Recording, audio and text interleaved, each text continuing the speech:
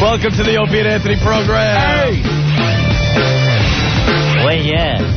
We give the phone numbers and then we move on with the radio show, right? Roy! We like to do that. In the New York City area, 877-692-1027.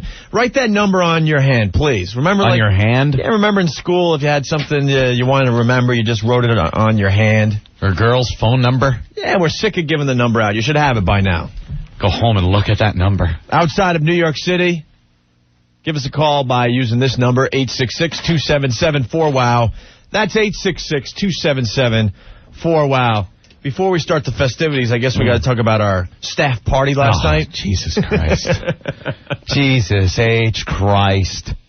This place just blows. What place? Well, here in New York. Oh, yeah. WNEW, our flagship station of the Opie and Anthony syndicated disease. Oh, my God. Now, as far as the company goes... This is pretty embarrassing that this is the flagship station. Yeah. An old Hulk. An old rusted Hulk. It's a raft. We have to transfer the flag. We're sinking. Transfer the flag. It was, well, as far as the company that was there, not company meaning... Oh, the people were great, right? The people this time around, great. We didn't have any scumbags walking around that we don't like anymore. Nothing like that was going on. A lot of cool people from the Ron and Fez show. A lot of fun. Hanging out, talking, goofing on various interns. We no longer have to worry about the ice cream man. Yeah, none of that crap. Over the years, we've had these company parties, and there's always been some douchebag walking around that we didn't like. But this time, everyone pretty cool. Pretty cool. But the party itself has just gotten to...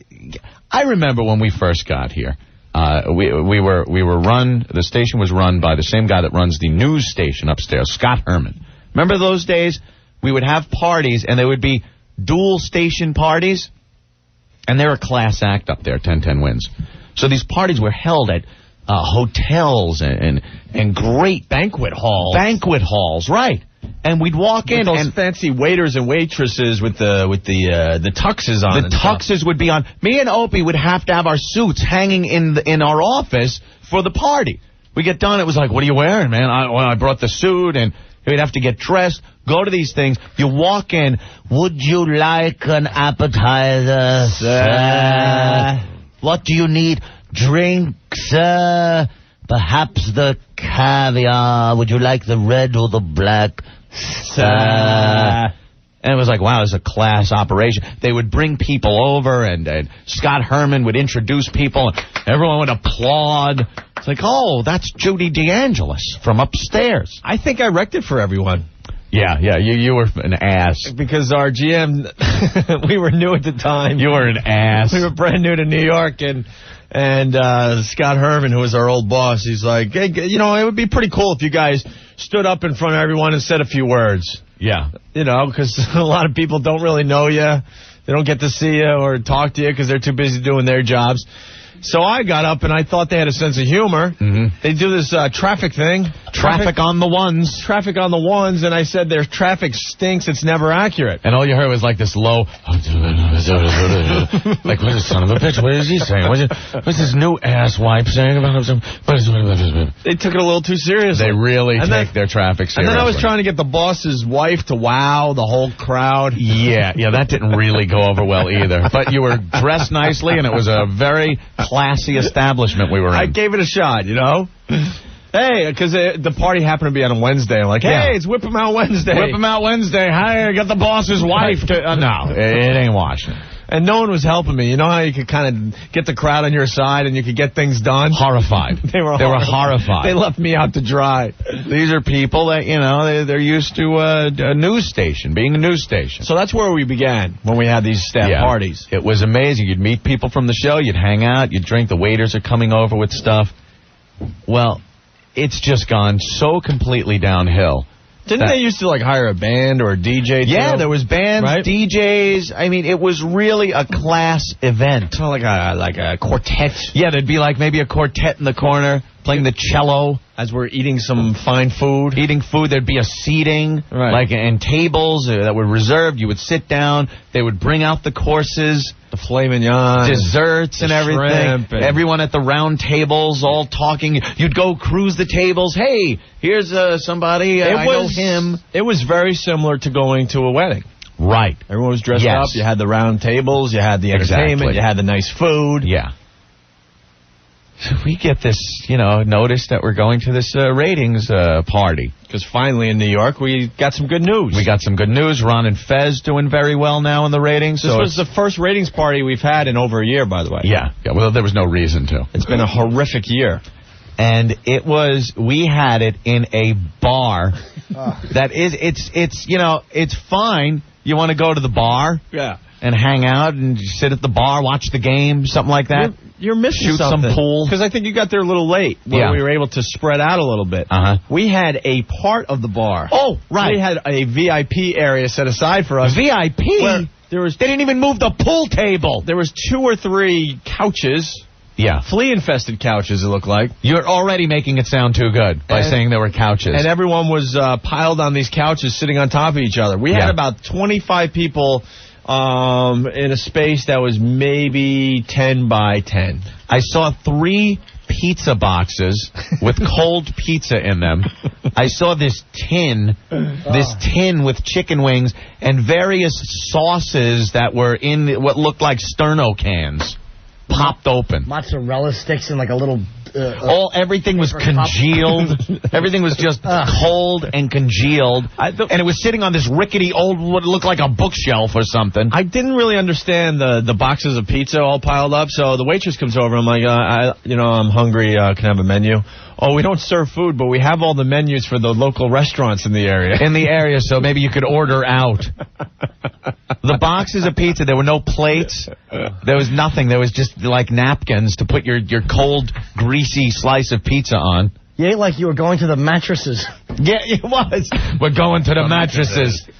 And there was a pool table right in the middle of our area, taking up more area than we actually had to walk around in and talk or do anything in. And as far as entertainment, thank God we had Ben. Yeah. Ben is the king of the jukebox. Yeah.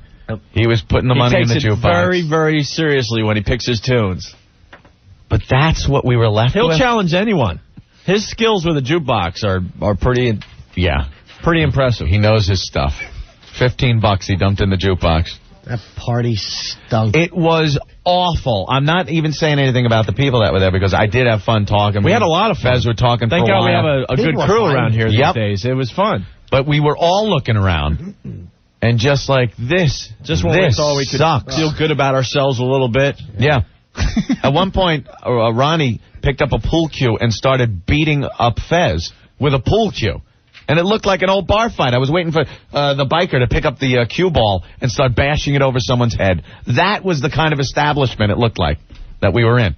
And I was thinking back. I'm like, I remember what happened to your drink, sir. Perhaps you would like some caviar. Instead, the waitress comes over with the next course, and it's just greasy chicken wings. In a box.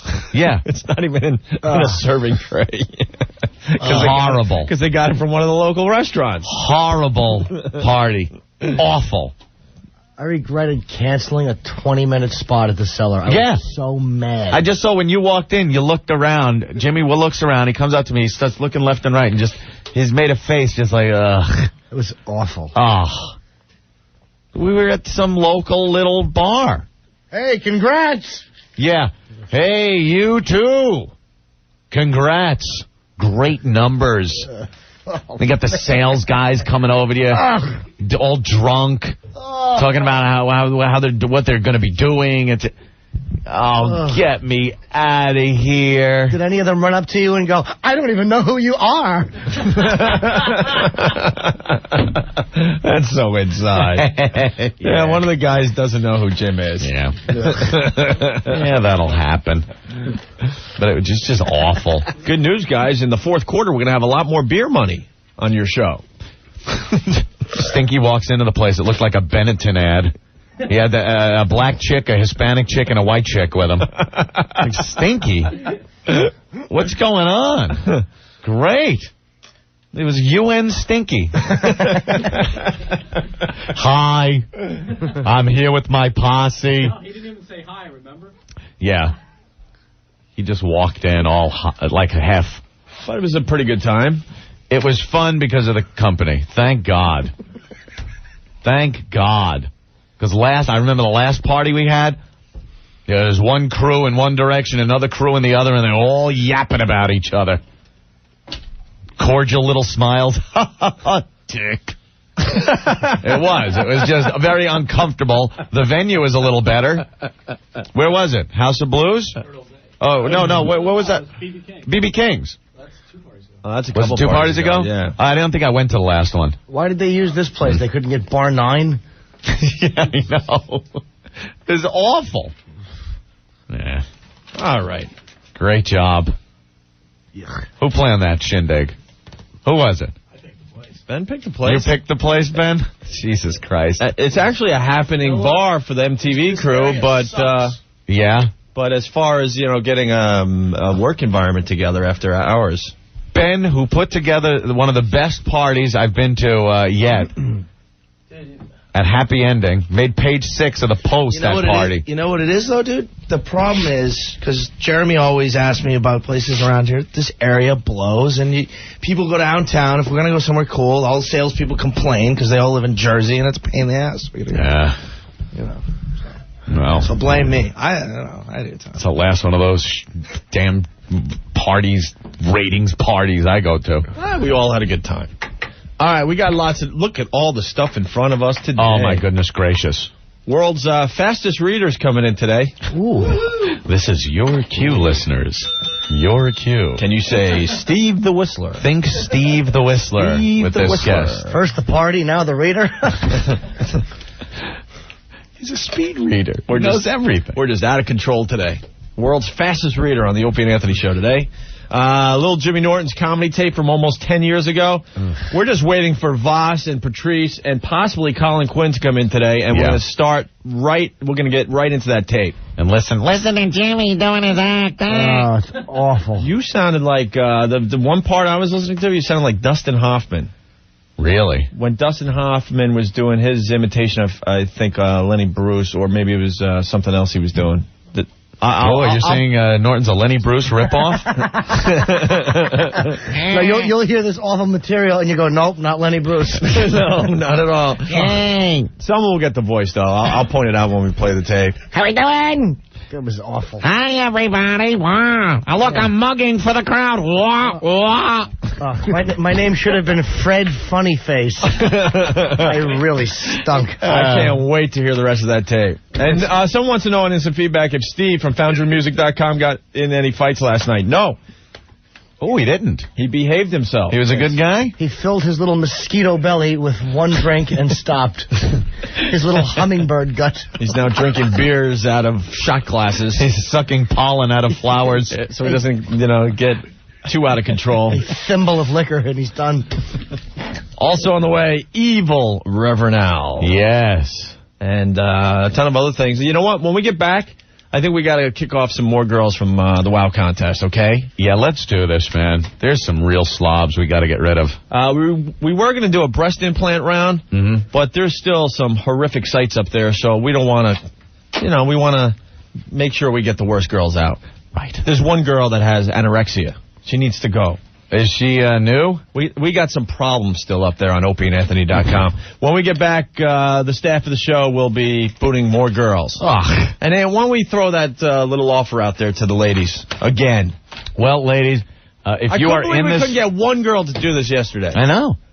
If you're one of the girls that are in the WOW contest, and you feel there's no way in hell you're going to make the top 20. You've looked at the girls... And you looked at yourself and your pictures, and you just know I'm not going to make it to the end of this thing. We are giving you a chance to throw yourself out of this contest. Commit Harry-Carry in the contest and throw yourself out. The advantage, you'll be able to take another girl with you. You go through the list of girls and pick one, and you can kick out another girl with you. But it is only with the approval of Opie and Anthony, of us. If we say that, no, she cannot be removed, then you'll be the only one leaving. Uh-huh. Ha-ha. So you got to choose carefully. You got to choose a girl that you think we would agree, yes, she should be thrown out. All these ladies in the contest, they're way too cocky, though. I know, they're one of all them- looking, thinking. Now, one of them has called us in the last few days to take themselves out of the contest. I don't get it. I really don't understand it myself. I mean, why in God's name hasn't this girl called? Exactly. What is that? Exactly. She should be on the phone right now, the picture I'm looking I don't at. think she's that bad. Dude. No, stop it. Those things are, I don't even know what they are. I don't mind them. They stop being breasts when they look like that. They're kind of akimbo, which is nice. Ugh. Akimbo. If akimbo means cockeyed, then I'll agree. Okay. Couple things. Steve just handed me something. FoundryMusic.com has a couple good video clips up right now. A video of myself as the WNBA stalker from More Sports, Anthony. They're rerunning that tomorrow night at 11:30 on ESPN2, by the way. And the whole Tommy Lee fiasco. Steve was rolling videotape yesterday. Oh, yeah? And there's a video clip on FoundryMusic.com. Go there and check it out, okay? Right. Lifetime Television for Women presents Portrait of an Intern. Tonight, Opie and Anthony intern Francine delivers a special message to the gay community. I've discovered why some guys are gay. Yeah, I just figured that most of these guys, they had really bad sex with women. You know, these women with their coochies that smell and don't freaking wash their stuff. And that's what I figured. Why else wouldn't a man want to screw a woman? You know, why be gay? There's so many hot chicks out there and you want to bang some guy's. You can bang me in the. Why do you have to bang a guy in the? It's just nasty. Ugh. This is gross. Gay guys need to, I don't know. Don't miss Francine tonight on Lifetime Television for Women. The Opie and Anthony Show. That's what they get for bringing clients in here during our show. I think we just lost about $200,000 for the station. Yeah, nice conversation there, Jimmy. We're back with the Opie and Anthony Show. Talking over filter. That's not cool. Their latest song, Where Do We Go From Here? It sounds good, man. But we're too busy stirring it up. We're stirring it up today. We get crazy when we stir it up. Right. We don't know what's going to happen when we stir it up. And Jimmy was stirring it up in front of a huge client. I think he may have misunderstood just like I did about part of that conversation that was going on. Jesus Christ. Well, we never had a chance to explain because the guy left. I don't know how you get from, hi, this is, a little introduction, and not even a minute later talking about how Jimmy Norton will still go south. After he dumps. After he dumps. And that's how we were talking about it. Well, it was something we brought up in the back office. He was talking about this. He said that he has no problem. Yeah, I guess. Performing treats. Yeah. Performing treats on a girl. Performing treats on a girl. He has no problem after he has completed what he's got to do. Yes. Not necessarily in that area. I know. Right. But See, we didn't we explain didn't that. explain that. I was under the We impression. didn't explain that to Anthony. We didn't explain it to that high-profile client that just walked in. If I get a Hummer and a girl's nice enough to do that, and I'm finished, lay back, get a hold of yourself. Right. My Okay, turn. that I can agree with, but I thought you'd finish up and the product of such finishing would be where you then would go for the treats and Although I have done that too, but only if me and her. I don't care. It's mine. So what? I prefer not to. But then again, I'm not a rookie. I don't It's like say you have a taco. You don't just open a taco and just jam your face into it. Nobody likes that. There's a part of the top of the taco. right. Say you get one from Taco Bell, and there's the top of the taco there's a little, maybe a little piece of a button-like thing on the top of the taco. Right. That's where you spend your time piece anyway. of beef, a little beef nugget. So none of the other stuff that's in the taco is going to fall out of my face anyway, because I know what I'm doing. A little No jalapeno, cheese. a little jalapeno pepper sticking out. Absolutely. No cheese or lettuce would be falling into your face, or a sour cream. Dude, you rookies go right in there and open up the taco and go, well, I'll eat it really like that. And that's not the way you eat a taco successfully. No, absolutely not. You got to start from one end and work your way to the other end. But there is certain techniques that do involve. You're right, absolutely. This isn't other refried areas. beans. Oh, But then again, if she's doing a headstand, my theory is shot. Because always leakage. no, there's. So this guy was horrified, and I don't know. It took the station about 6 months to get this little meeting with this client, and they brought him in here, and we were in the middle of this discussion, and who are we to stop talking, because we like to stir it up. Right. I feel bad. But I wasn't saying that. I was just saying, because me and Ben were talking. He left thinking the same thing I was thinking, that you are going to, jam your face in the taco after you were the one that put the sour cream in the taco. No. No? If during a Hummer I finish, what Ben and I were talking about. You don't have to explain it again. All right, I feel bad now. But see, that guy doesn't know, and he's not listening to the radio right now. Well, somebody go tell him. He thinks... run up to him. Oh, by the way. Yeah, Jim didn't mean this. He thinks you're more disgusting than previously indicated. And, of course, if you're done... of course you would do stuff like that and keep going and... British Ben won't. Keep the party going. It's tiring? Exactly. Little Ben gets all tuckered out. No, I'm with Ben, too. I said that. There are times it just doesn't, it also doesn't go away. I mean, if you're a good guy, you got doesn't go away. Oh, for me it does. And then you keep going. If you're... No. What? The rods? You finish up, and you're still ready and raring to go, so you just keep going. I never have had that happen. I hate guys like you. I can't do that. Ever. Dude, you just keep going. My buddy Frank does You're that. like I a can't stallion or something. No, what are you talking about? It's a frame of mind. It's just the way, if you're looking and what you're looking at is really turning you on, after you're done, you're still ready ready to go. Ready to go, keep going, don't stop. Anthony. It's like putting a boot in a muck hole, though. Where because it's just, you've just made it a mess. Hey, is there a sinkhole in that apartment? But you just keep it going. Yeah. It's kind of like trying to pull a worker out of a chocolate vat. I'm not saying every time. Oh, God. You haven't heard that story yet? That is a sucks to be you. That I'm just story trying to is move a on to this sucks to be you. conversation. I know. I'm getting a rod. Yeah, let Or what? Or 9 guys out of a mine. Oh, by Pittsburgh. That guy, that is an absolute sucks to be you. Where's the story, Rick? Because since we touched on it, what a dopey way to go. If you got to die, you don't want to go like this because people will laugh. Even loved ones that miss you because you're dead will laugh. A 19-year-old Philly man pronounced dead Tuesday afternoon shortly after his coworkers at a township candy factory found him completely submerged in a 1,200-gallon vat of liquefied chocolate. He fell in. And they said it was like quicksand. He could not get out. Oh, my God. Too thick and creamy.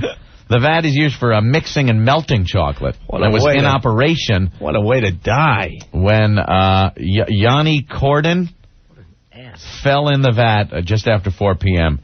No one actually saw him fall in. You know what? Pronounced dead at the scene. There should be a rule. If you die that way, there should be an open casket at your wake, and they don't clean you up. So you're the human Tootsie Roll. And everybody licks your face on the way by. Oh, it tastes so good. The odds of that happening are so slim. If it does, they should not clean you up. But we've all been in a chocolate factory, and you look at that vat, and you say, boy, I'd like to fall in there and then eat my way back out. We've all said that, right, guys? You ass. Man, that is just a horrible way to go. That's awful. And a dopey way. One of those dopey ways to go. As he fell in, do you think his arm came out and his thumb went up, and then he finally sank into the bottom of the chocolate? That creep. That's like doing something dopey on the roller coaster. You hear about those guys? Yeah, hey, I stood up at the top and, You know, they tell you to keep your seat, and the big dopey guy stands up, and his head is just lopped off from the track over his head. I got a better one, and I think it's in Maxim magazine. They have all the carnival ride accidents or whatever. Yeah. And you hear about Weed Whacker guy? Oh, yeah, he was the guy that was trimming the grass. Yeah, his job is to trim the weeds and the grass, around the roller coaster. Yeah. The stupid idiot didn't realize that it's one of those roller coasters where your feet and everything dangle. They dangle down. It's a top rail. So he sees, like, the rail above his head, figuring he's safe. It's way up there, sure. He's okay. Oh, the roller coaster's just going to kind of go over my head while I'm doing my job. Yeah. Oh, no. Roller coaster comes and just pretty much decapitates the guy. Some guy kicked him in the head. Yeah. And it broke the guy's foot that was in the roller coaster and just pretty much ripped the Weed Whacker guy's head off his shoulders. Boy, that's worth the price of admission. But another dopey way to go. Another guy, some big guy was with his chick, and they're in one of those things that spin around, and you're in a seat suspended by cables, and it spins around, and you kind of fly out. So he starts bouncing up and down because it kind of was making him go up and down. Cable snaps. They both just plummet to the ground. They go flying. They go flying off to the side. I think when the coworkers found him, they said, "Hey, you got chocolate on my human. Hey, there's human in my chocolate." Then they all laughed. Two great tastes in one. Then they all laughed and called his family. That is an unbelievable way to go, though. Ugh. Yeah. Ugh. All right. At least the coroner won't know if you had skid marks or not in your underwear. That's just one big skid mark now. Wear clean underwear. You never know if you might fall into a vat of chocolate. Let's go to Lisa. What's up, Lisa? Lisa. Yeah. That's you. What's up? Hey, I was just wondering if you guys got your copy of the Bruce Springsteen album. Oh, really? Everyone got a copy of that album. Yeah. Oh, yeah? It's not Did worth you get your playing. letter? It's not worth playing. Bruce Springsteen is so over, it's not even funny.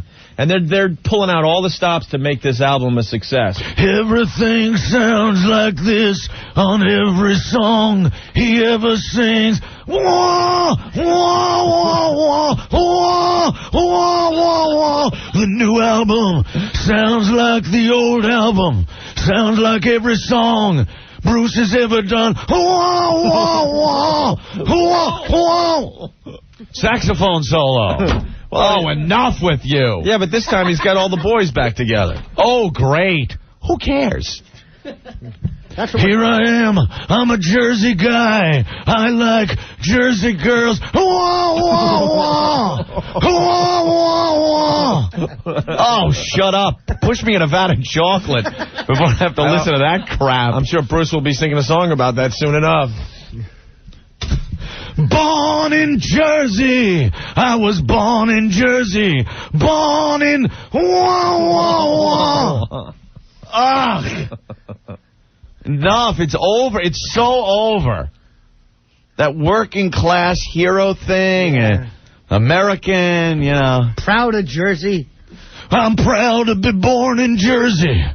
Part of America. This is a great wah, wah, wah. Wah, wah. Ugh. It's the same thing. If you play the new album, it sounds exactly like every other album he does. Every single one. I'm wearing my denim. I got my denim pants. And I put an American flag on the back of my jacket as I sing, wah, wah, wah. Wah, wah, wah.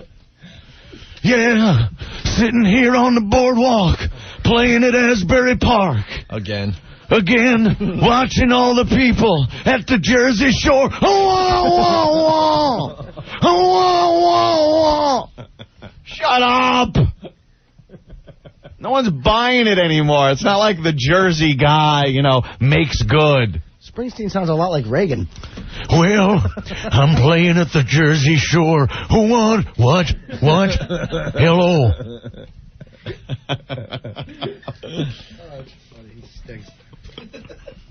Driving down the Jersey Shore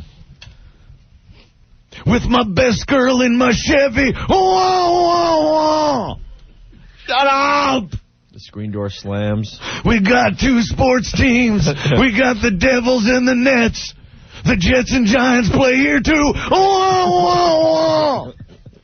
Just ran out of things to sing about. Doesn't the turnpike stink when you go through Elizabeth?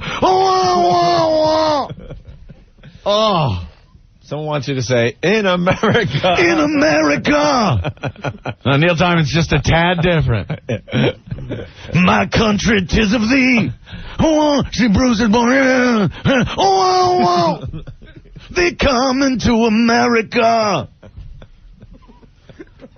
It's like the same crap, though. I was married to a hot actress, then divorced her for a chick in my band. I got a big Negro sax player. My drummer's on the Conan show.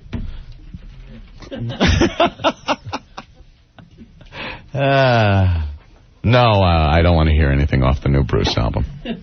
We've had it for a while, but it's, yeah. Does anyone really care? Just play old, just play the old albums, I guess.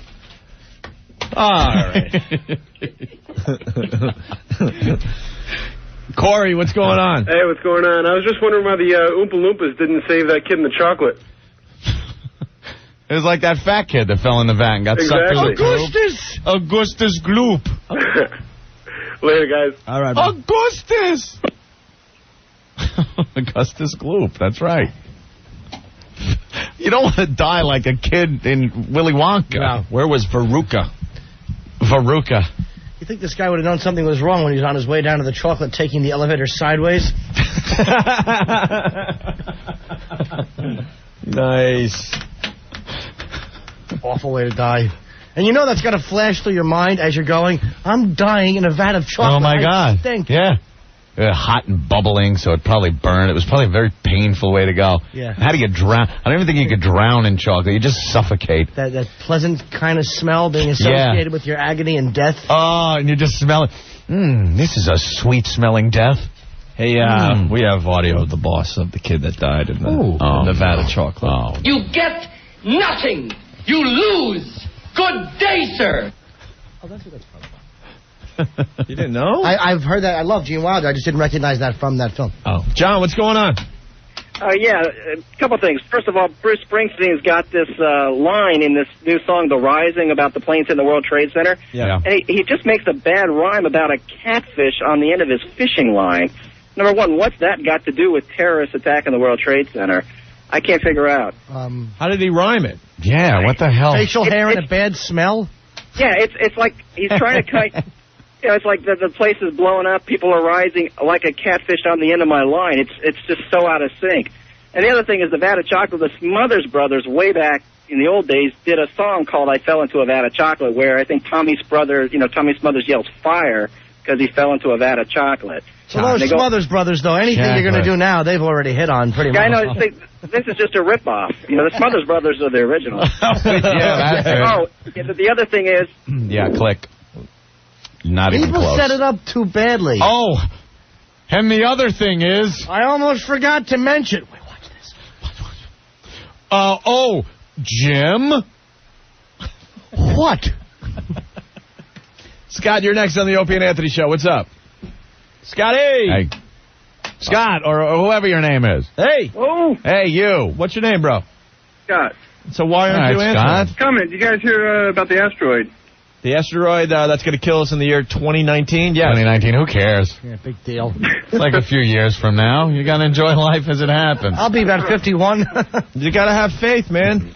We're going to have technology by then, and we'll just set out a spacecraft to just kind of shoot it into smaller pieces. Laser. Yeah. We'll send a laser. No, it's like 2019. It's supposed to. There's some asteroid that say maybe might hit the Earth. Who cares? Wouldn't it be great? They have it pinpointed to hit Earth, give or take a few million miles. Yeah. Oh, it's a near miss. Well, in space, that's considered a near miss. It grazed by at 20 million miles. Shut up! Plenty of room. Asteroid coming by 20 million miles away. Hopefully it doesn't hit Jersey. Whoa, whoa, whoa. Wouldn't it be great? If we all got a croak with an asteroid hitting, don't you want it happening during your time? Would that be great? Just everyone gets snuffed out at once? No one outlives you. Right, no one outlives you. You don't have to worry about being the dope that falls in a chocolate vat. As long as we could save Jersey. Yeah. Save the Jersey Shore. Filling a vat of chocolate. How embarrassing. What a dick.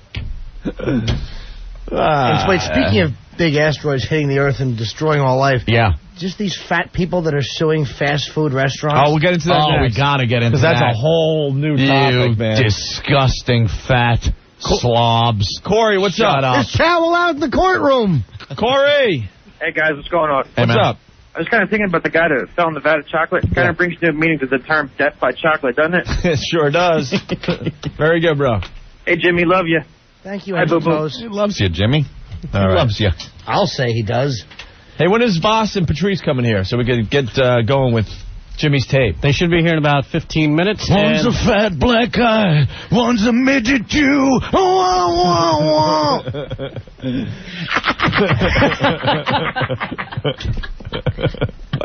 What was that? The Vos.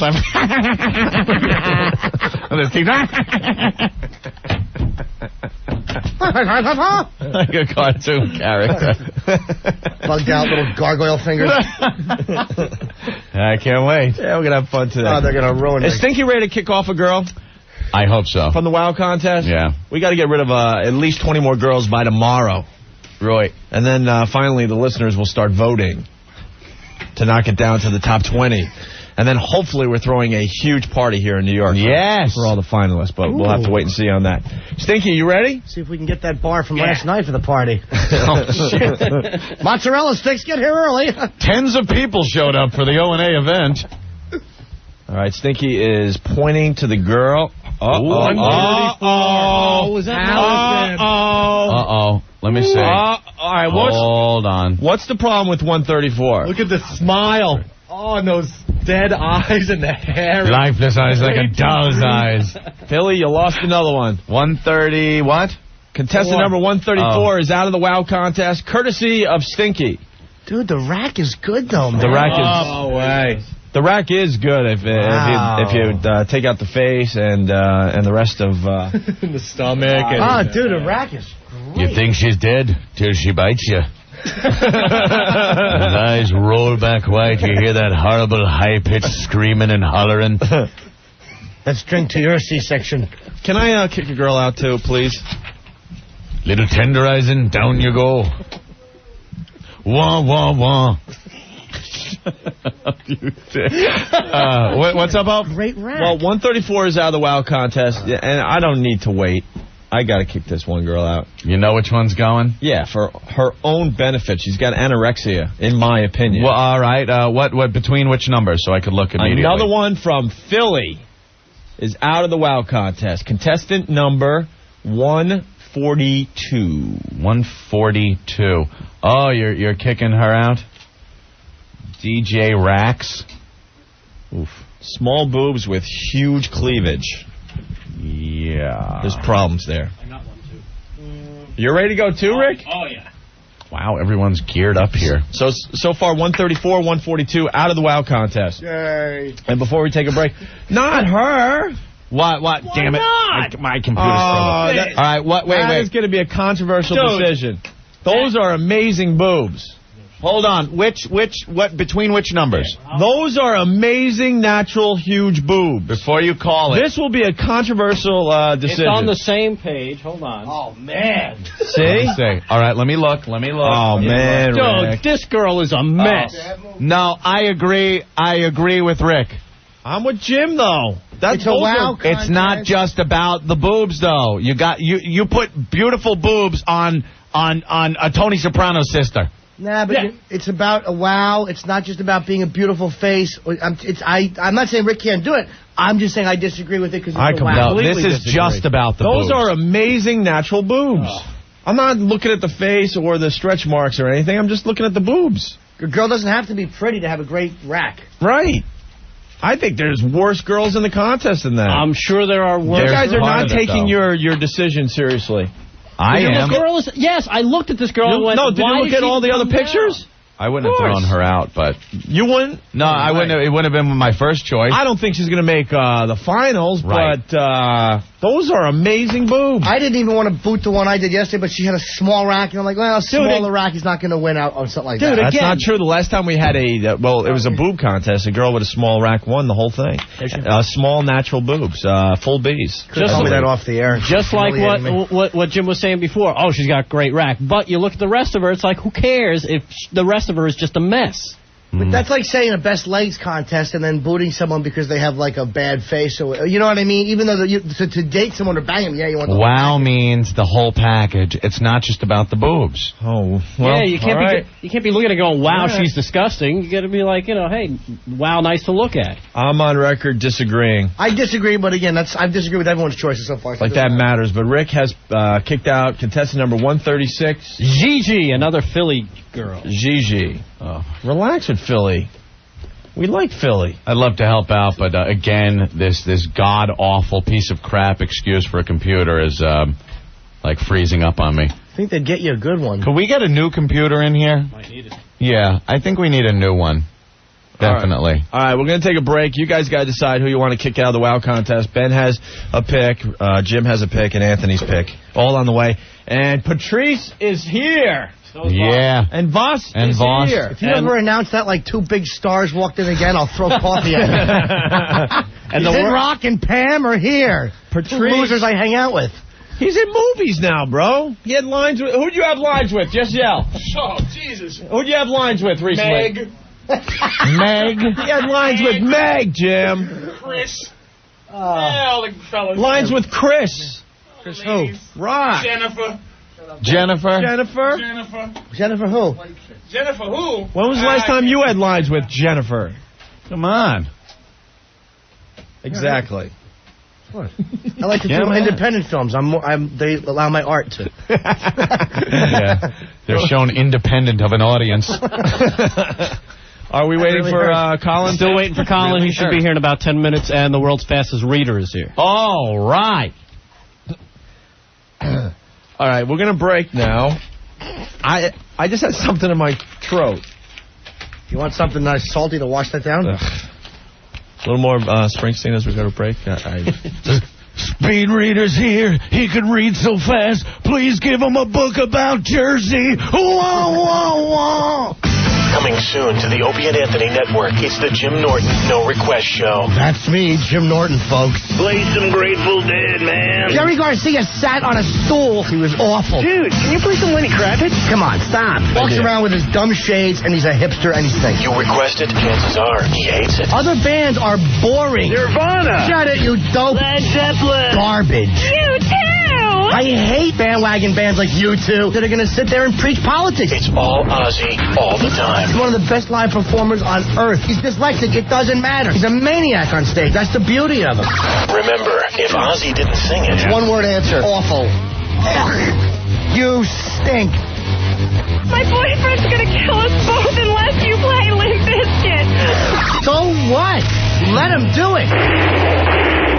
Oh, brother. Weekday mornings from 3 to 3:15. Fine. I don't care. The Opie and Anthony Show. The Opie and Anthony Show, 102.7 WNEW. You're checking out the Opie and Anthony Show. Colin Quinn's downstairs. He's making his way up to the studio. Great. When he gets here, we got everybody. We got Rich Vos, we got Colin Quinn, and we got Patrice. And we're going to be taking a listen to a comedy tape that little Jimmy Norton did about 10 years ago. Think all the guys will have a good laugh? Have a good laugh, sure. I'm sure they'll just say, that's very good. You're a talented young fella. You've improved a little since then, I'll say. Oh, yeah, it'll be just like that. Yeah. Are you a little freaked out? 2 plus 2? I accept it. That's why I brought it in. I know it's 0 I am. That's true. All right. Guy's very confident about where he is now, and he's able to do that. I like that. Also, we got the speed reader outside. I was, just talking to him a little bit. Excuse me, the world's fastest reader. He says... I'm being corrected. Opie, he says he's going to teach us how to speed read. Yeah, how about that? How about that? How about that? And get stinky in here. Hi. Stinky came running in during commercials. Stinky, what did the world's fastest reader say to you? He can't hear out there, can he? No. Okay, what did he say? About Woody Allen? Yeah. Oh, yeah. He wanted to set up a joke between you and him and ask him, what was it? You sound like Woody Allen? You sound like Woody Allen? Oh, so I'm supposed to say, yeah, hey, you're supposed to give him wow, that. you sound just like Woody Allen, and then he's gonna have a witty comeback? Yeah. Okay. Screw it up and say, wow, you sound just like Steve Allen. Okay. And have him like totally go, no. Or Woody Harrelson. Yeah, do that. You sound just like Woody Harrelson. No, it's he looks like Stinky. Who does he look like? Jimmy James from Office Space. my stapler. Yeah, but you said that stapler. Right, yeah. We're going to need that stapler. Yeah. Is Eddie coming in? Were you talking to him outside? He's a nice guy. Yeah, he's from Dallas, Texas. And he's a speed reader. About all I know. Which in Dallas is 4 words a minute. I never thought of it that way. You're right. All right. You want to talk to him real fast? Get it? Oh, real fast. I get it. I thought I'd be able to throw a girl out. You want to do that now? One girl called up. She hung up, though. Susie, call back. She's really pissed off at us how we're throwing these girls out of the WOW contest. Why? I don't know, because she hung up. She's pissed? Very pissed. Some of them just don't deserve to be in. I got mine, by the way. All right, go ahead. Contestant 51, China, from the Big Wazoo in Columbus. China? Yeah. Name sounds sexy. Oh, yeah. Yeah, those just ain't making it. What do you think, Ben? You in agreement? Yeah. Cute girl, but she has the moose nose disease. Moose nose, bordering on flapjack. Moose nose disease. She's got 2 of them. Two moose noses. Or they called meese when it's... Yeah, Mrs. Moosin. 2 moosin noses. Huh? Where's the reader? You want to bring him in? He's taking his time. He can make up for lost time. He doesn't have to come running in here. Justin from Boston says, let's see if we can make this the world's fastest interview. All right, we can do that. Tom, what's going on? Hey, I want to know how much Patrice is suing McDonald's for. Oh, you're going to have to ask him when he gets in here, okay? All right. See you Saturday, Jim. We're going to have him in here in a few minutes. All right. Thank you. Thanks, bye. All right, why don't we get, what's his name? Can he teach us the reader? Information retention, too? Yeah, because you can read fast, but if you don't comprehend it... Oh, my God. You're a reader? You certainly look like one. Doesn't he look like Bill Shatner? Do you need a headphones or something, sweetie? Like Shatner now, you know. You're a stereotypical reader. The fastest reader in the world is in the Guinness World Record book in 1990. It's the Guinness Book of World Records, by the way. Hold on, you're not even the latest guy? Well, you don't hold the title right now? You held it in 1990? What year, Angel? That was the only year they ran speed reading. Love you. Secrets to a bigger brain exposed. Hold on. Is this some kind of a cream you rub on your brain to make it bigger? Because we'd sell it here if it was for your schlong. Did you hear what he said, though? No. They only ran the competition in 1990 and haven't since? No. Why not? Why? Well, the old editor told me that they don't have. They want to sell the book every year, and they change the categories. It also would be like a dictionary, and you'd basically be buying the same book every year. Yeah. I'm probably afraid that people would buy it and read through it real quick. That too. Hey, you sound a little bit like Woody Harrelson. Actually, it's Woody Allen. Sunyi, please be quiet. Daddy's on the air.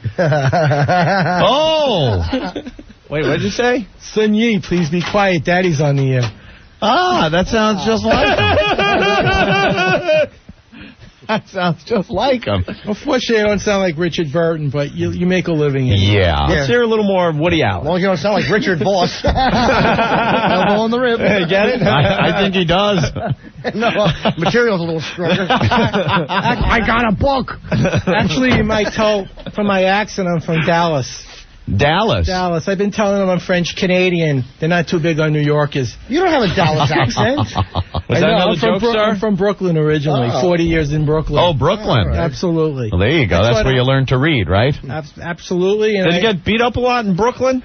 Yes, I did, as a matter of fact. You did. What a surprise there, huh? Remember the movie Goodfellas, the Joe Pesci character? Oh, Goodfellas was great. The guy he played went to high school with me. It was a wonderful school. The guy he played went to high school with you. Tommy.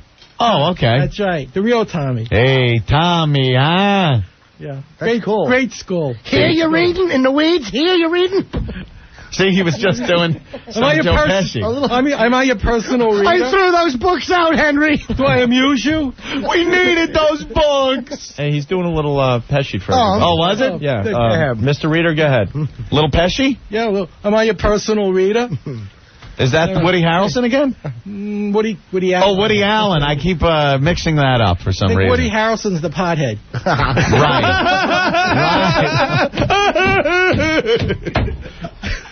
Exactly. Right. You're cracking Opie up. This guy's a card. I know. Right. Regular card. Oh, man, what a cut-up. Ace of spades. Whatever card. Pick one. Two of diamonds. These are death cards. Let's Charlie know who reads faster. I used to teach high school here in New York. Oh, you did? Yeah. Where? We should say, what did I teach? What did you teach? Morons. Oh, Opie, calm down. I know it's, Hey, I'm trying to work with you guys. That's cool. Yeah. Your stuff is a little too edgy for us. They call you Speedy? Over the top. This is Howard Speedy Berg. They call you Speedy? That's correct. They call me Speedy for different reasons. You know what that means?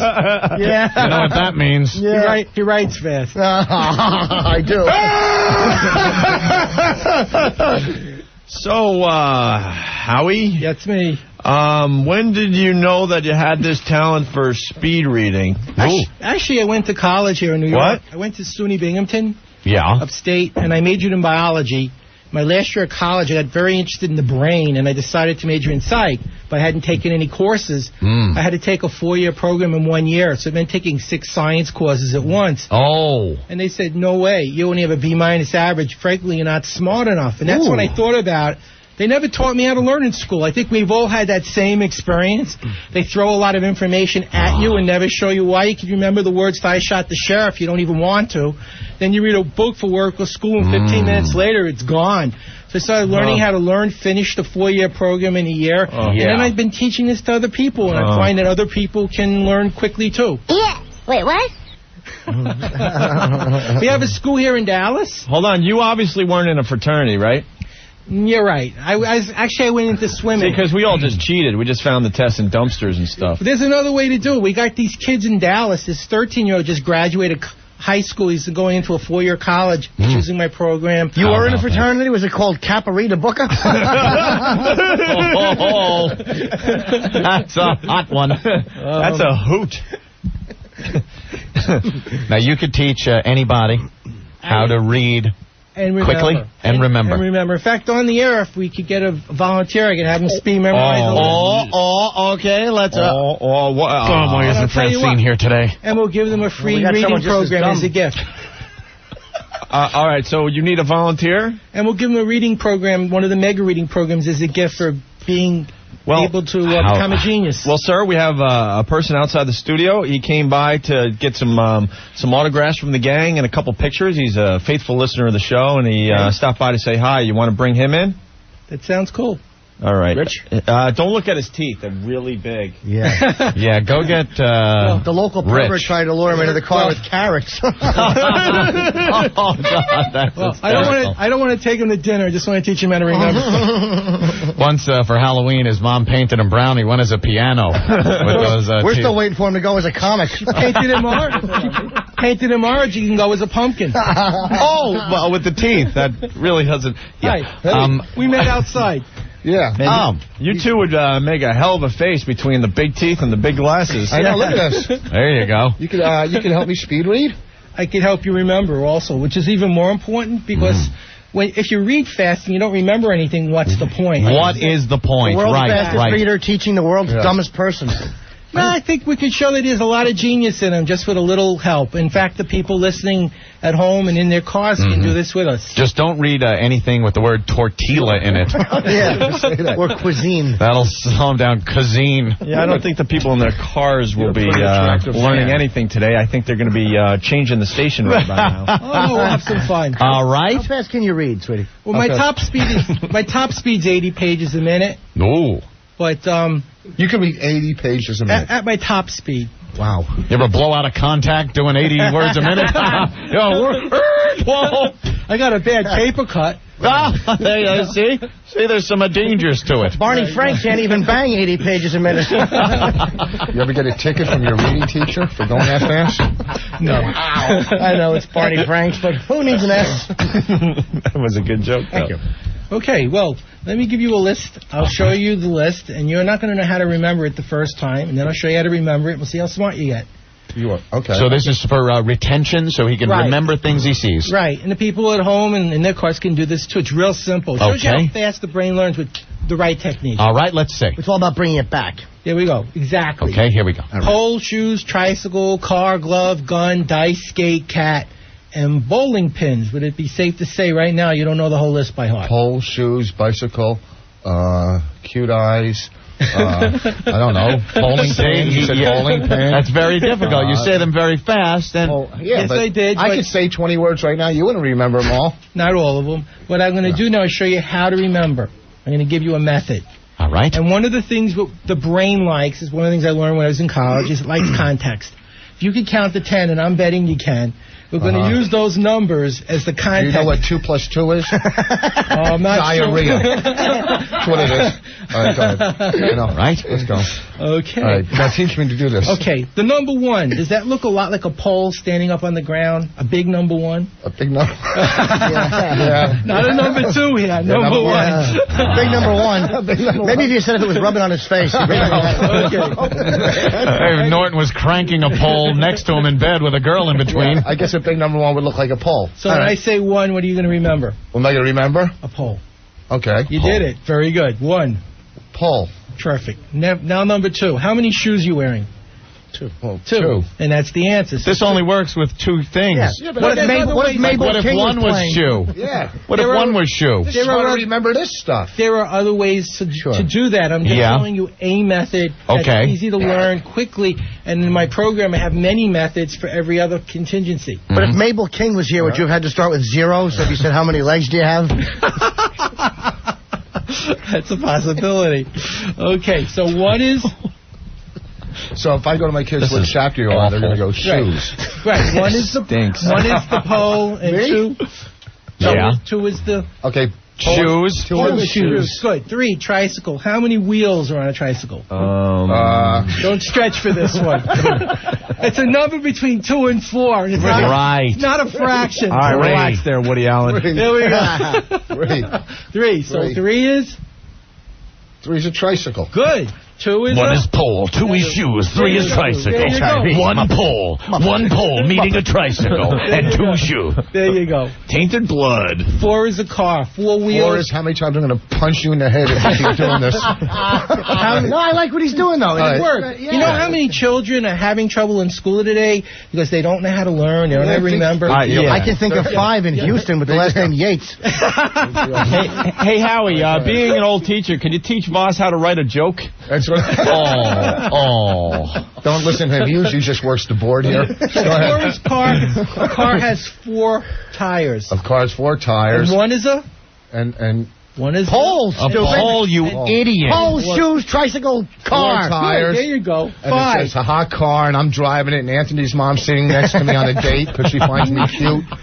Okay. There you go. I completely lost. Wait, I want to hear the rest. That's the whole method, right? Now you're. Well, that's a method. There's many methods. So you run through the numbers, and now you're remembering what is what. Exactly, which is better than not remembering 15 minutes after you're done reading the name of the book and who wrote it. So how do you make that? Now, I see what you're saying. Right. But how do you take that and translate that into this? You're talking apples and oranges. Yeah. When it comes to reading really fast, how does that retention come? Because one is apple, one is oranges. Exactly. When you're reading fast, what you're doing is you're running a movie. When you read a book or a magazine or a paper, you're hearing the voice in your head speaking. Someone was telling me Which is what and I don't know what it's saying, and I'm not sure I want to know, but it's speaking. It's saying, don't worry. When you write, from the top half up. Hey, but when you read the road in hold on there. Howie Bryan on line 1 says, if Vos could speed read, how will his midget hands turn the pages? Howie, don't look at his hands. Yeah. He'll be horrified. Oh, my God. Don't look at them. His hands like Paul Williams.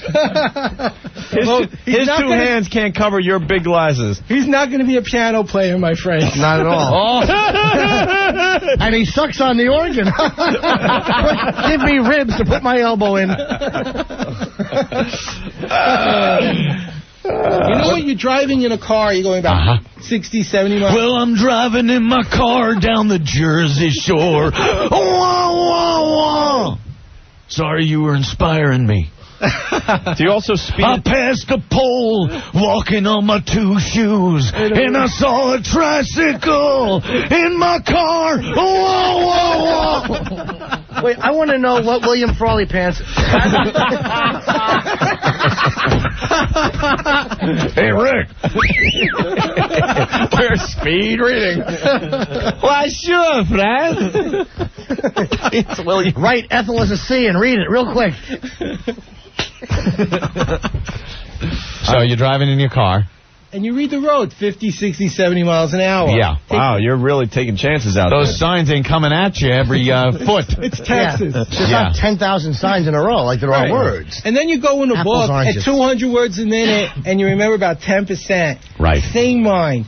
So what I found was, why can a person remember in a car so much information so Read in your car, you're saying. No? No? Drink and then go to Ireland. The secret is put the book on your windshield, and as the wind blows the pages. Oh, there you go. I think he's joshing. He's pulling your leg. I think you're joshing with us now. Bottom line is, how does reading fast get you laid? That's what it's all about. Women dig guys who read. He doesn't know that. Come on. Now stop. Women dig guys Hey, that come read. on. Yeah. Come on. That's All true. the hotties, you know. Really? Or you can read the law real fast according to what state you're in. And go, 14 is all right here. Okay. Howie, do you get the hotties? Well, you got to look at Bill Gates for a minute, okay? The man's got $90 billion. He reads a lot. That helps. Hey, it makes you hot. Those $90 billion don't hurt. No, it is. $90 billion and reading quickly. Yeah, it must be the reading. That's it. Kind of the Well, same. it wouldn't be And the you've billion. got Bill Gates glasses on Hey, too. the women can't be that shallow. That was the money. They are that shallow. Yeah. Hey, could you read something real fast just so I know? Sure. Just Buy and bust. You little He just read the headline on the newspaper. Oh, Jiminy If I was a Cricket. girl, I'd have a miscarriage right now. Why wait? Hey, Oh, look at that jumping little Jeep. bloody thump on the floor. That was going to be something. Jumping Jehoshaphat. Think back to when you were sperm and you had to do all that swimming, and you're almost there. Right. Okay. Let me read this first At least article. I have one. That really hurt, Rich. I'll read this first article here. Wait, no, you Oh, yeah, there you go. You want to pick one? No, I believe No, you. of course believe him. Go ahead. I believe. Did you read that Go before ahead. you came in? Scout's honor? No. All right, because one's apples, one's oranges. Why don't you pick All out right. an article? Let her rip. Let it rip. Okay. Look, he's waving his hand over the You letter. look like a blind guy. He's just skimming. Wow, reading on the radio is always exciting. Sharpton's filed $1 billion lawsuit against HBO. It's based on a film, a video that was taken about 18, 19 years ago with a so-called mafia kingpin. And he says they're doing this to discredit his campaign and discredit him, and he's not going to accept it. So he's suing them for $1 billion. The defamation. $1 billion. I'm the Reverend Al Evil. HBO, I want $1 billion. Look, I got little Gary Coleman as mini-me. He following me around. Look like a little milk jug next to me, don't he? Okay, it's about Gambini. He hit a 455-foot home run in Cleveland, which was one of the Gambini? Gambino? I heard from New York. It could have been Gambino. I don't know. Gambino. That means Mike Stanton sleeps with the fishes.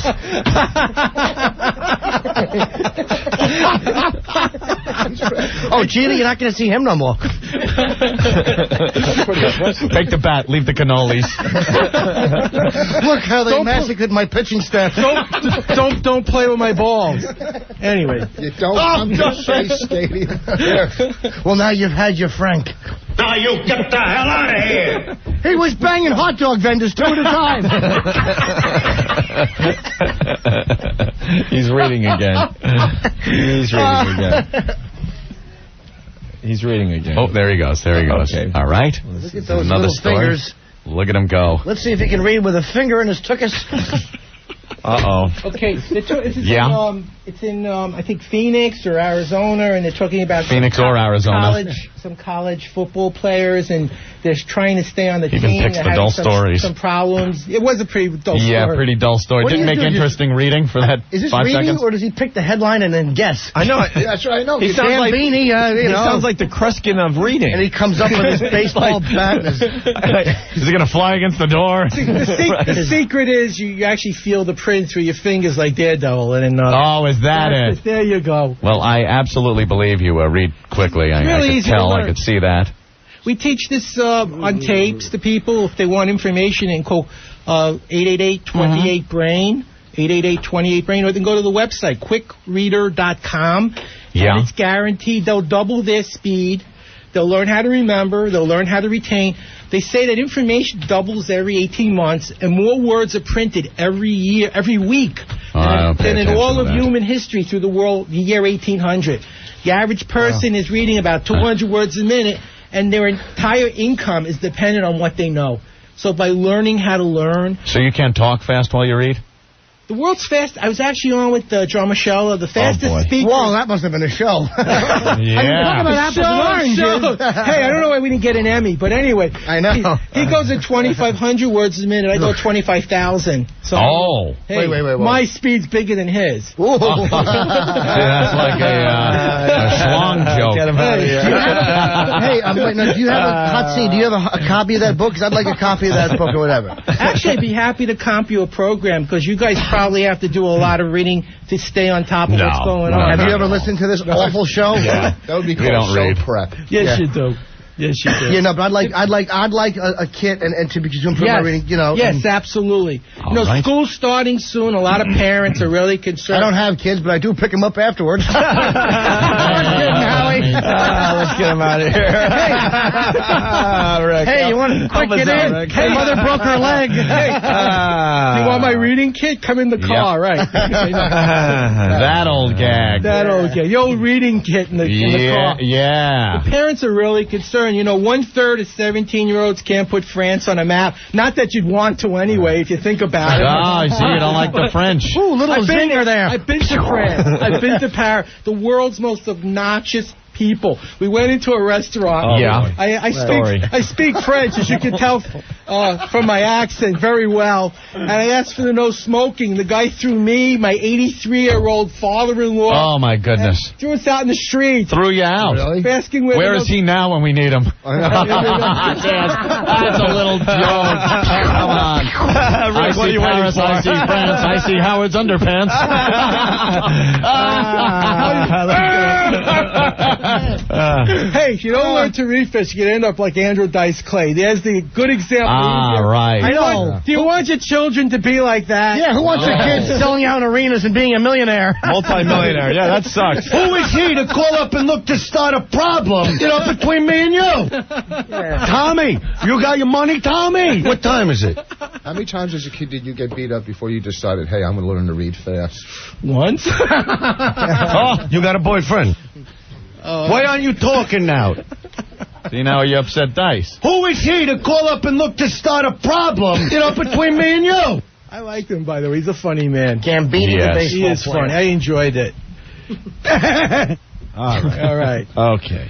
Howard Howard. Thank you so very much. This has been very enlightening. What was your last name again? Name is Berg. And one more time, if people call 888-28-BRAIN or quickreader.com, they get 6 tapes, a video workbook, a money-back guarantee.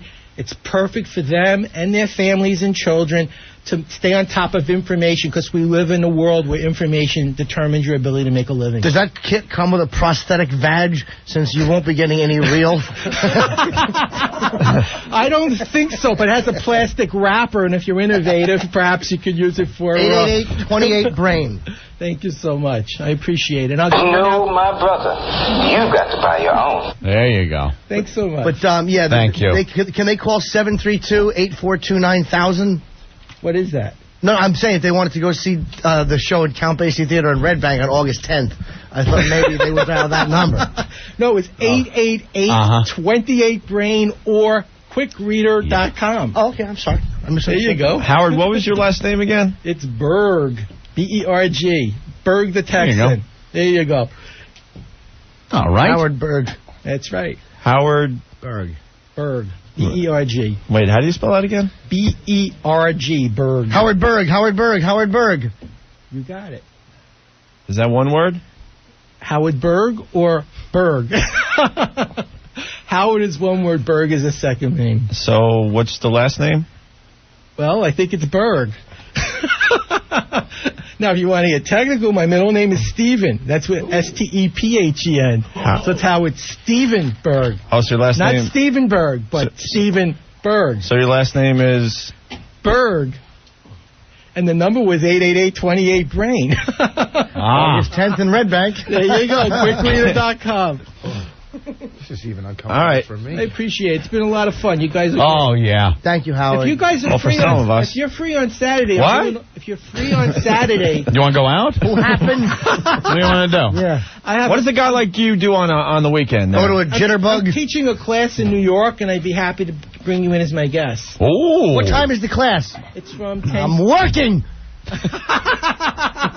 No, I'm sorry, Angel Fate. What time is it? My health won't allow No, my wife used to do everything for me and leave me to my writing. Your wife, is she away? No, she's dead. She was very badly bored, you see. Well, you strike me as soon The doctors told me it was pneumonia because it happened certain months later. It was a flu epidemic. The doctors told me it was pneumonia, but I knew what it was. She was bored by a fat man. Poor, poor girl. You strike me as a guy who reads a lot. It sounds like you guys do a lot of reading. I'm hearing. We just watch movies, Howard. And I'm speed reading this instant feedback, and it's brutal. So, Howard, yes. What's your last name again? Let me think. Making me forget. It's painful. Berg. B-E-R-G. All right. You have to remember the letters. Like you told us with that? Or think of an iceberg. Oh. It's a picture. All right. They do cause many a disaster. Yeah, they certainly do. Yes, they do. Nuremberg. Nuremberg, that's right. B as in, you have to think of the word. Like, you know. A bee is a bee. Like a bee stings you on the head. Right. And that's, for example, Bee Stephen boring. Covey's book, 7 Habits. Oh, yeah. I'm halfway through it now. I could tell. Yeah. Is that a bunch of nuns getting some 7 habits? When one of the first habits is be proactive. Howard, Yes. your mic went out. What happened? Oh, my God. What happened? There was a short in that mic over there. Could you go to that mic? Yeah. Mine went a little weird, too. Right there. The first habit was be proactive. Say you wanted to actually remember it. Right. You see a bee stinging you on the head, and you think of your... Are you hearing him? Howard, that mic went out, too. Good. What's wrong with the mics? Hell's going on? Scary. No, they're both off. Could you move over there? Oh, here you go. Is this a joke or? No, actually, no. I wasn't sure. Oh, my goodness. We wouldn't be able to pull a fast one. We have a lot of. You're an intelligent We have a guy. lot of technical problems on this program sometimes. No electricity. Yeah, Okay. that's one. Sure. It helps with radio. I don't know everything about radio. I know electricity does help. Anyway, there you go. I read a lot.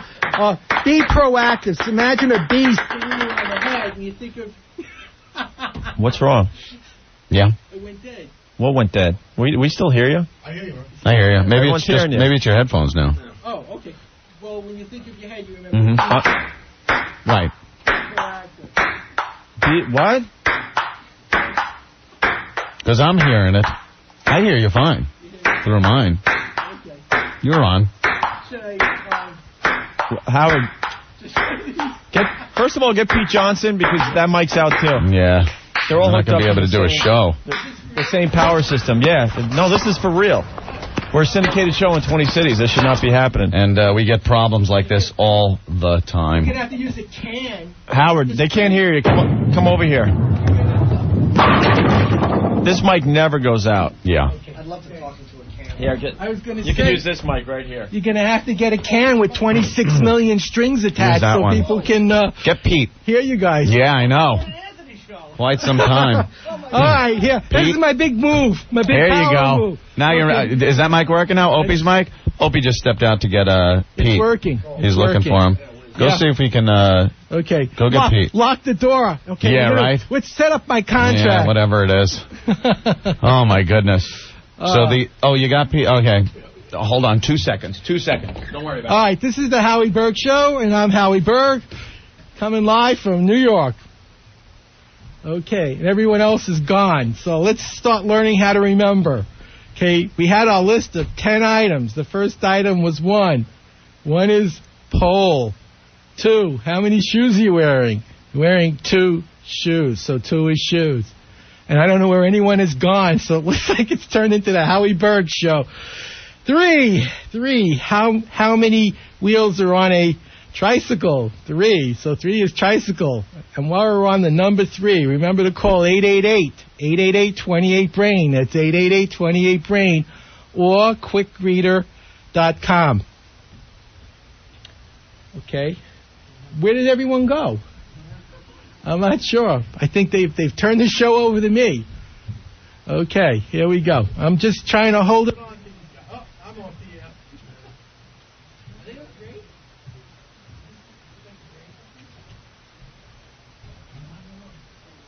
I don't know what happened either. You're losing all your mics? The whole studio went dead? Let me get out of your way. No, you can stay there. You're not in anybody's way. Okay. I thought it was a goof. Well, I'd offer to help, but I don't think there's much I can suggest.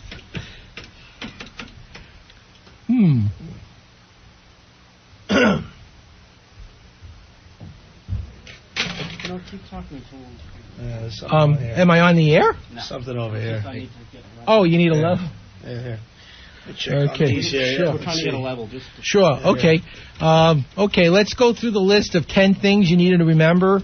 First thing was 1. 1 is pole because it looks like a pole. 2 is shoes because you're wearing 2 shoes. 2. 3 is tricycle. Dude, it's not working. You're not on the air. No, I'm trying to help him. He needed a voice. I know I'm not on.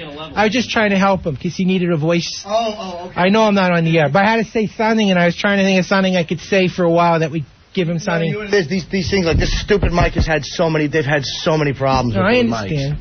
I was just trying to give you guys a hand. You're really nice to me, so I'm trying to be nice back. No, it was fun. I mean, it was good. We were all joking. Yeah. Apples and oranges, though. Yeah, they cut to commercials. We're going to do the rest of the show for the other studio guys, so. All right, we have to. Okay. All right. Who's Mr. DVD? Shoot this guy on the air?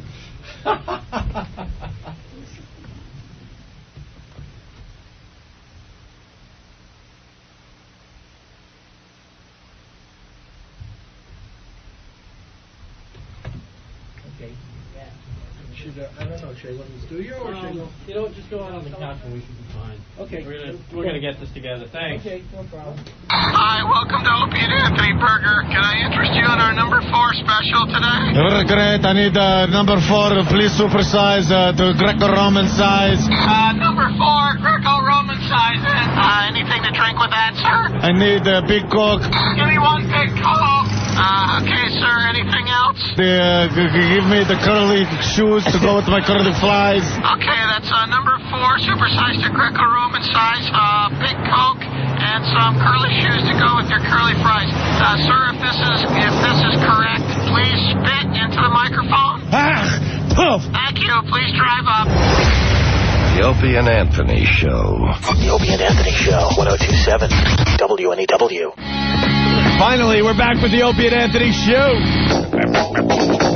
We want to thank Howard, what's-his-name, for stopping by today in Berg, helping us out with the radio show. We went a little long with that segment, so we had to catch up. It went long? I thought it just seemed that way. It went too long. Jeez. Way too long. But we're back. Yeah. Studio now loaded. Loaded with people. Oh, boy. It looks like we're at a wake or something. I know. You all right? Oh, man. Colin Quinn in the studio. I've never seen him look more serious in my life. That tape was just, I feel like I was raped.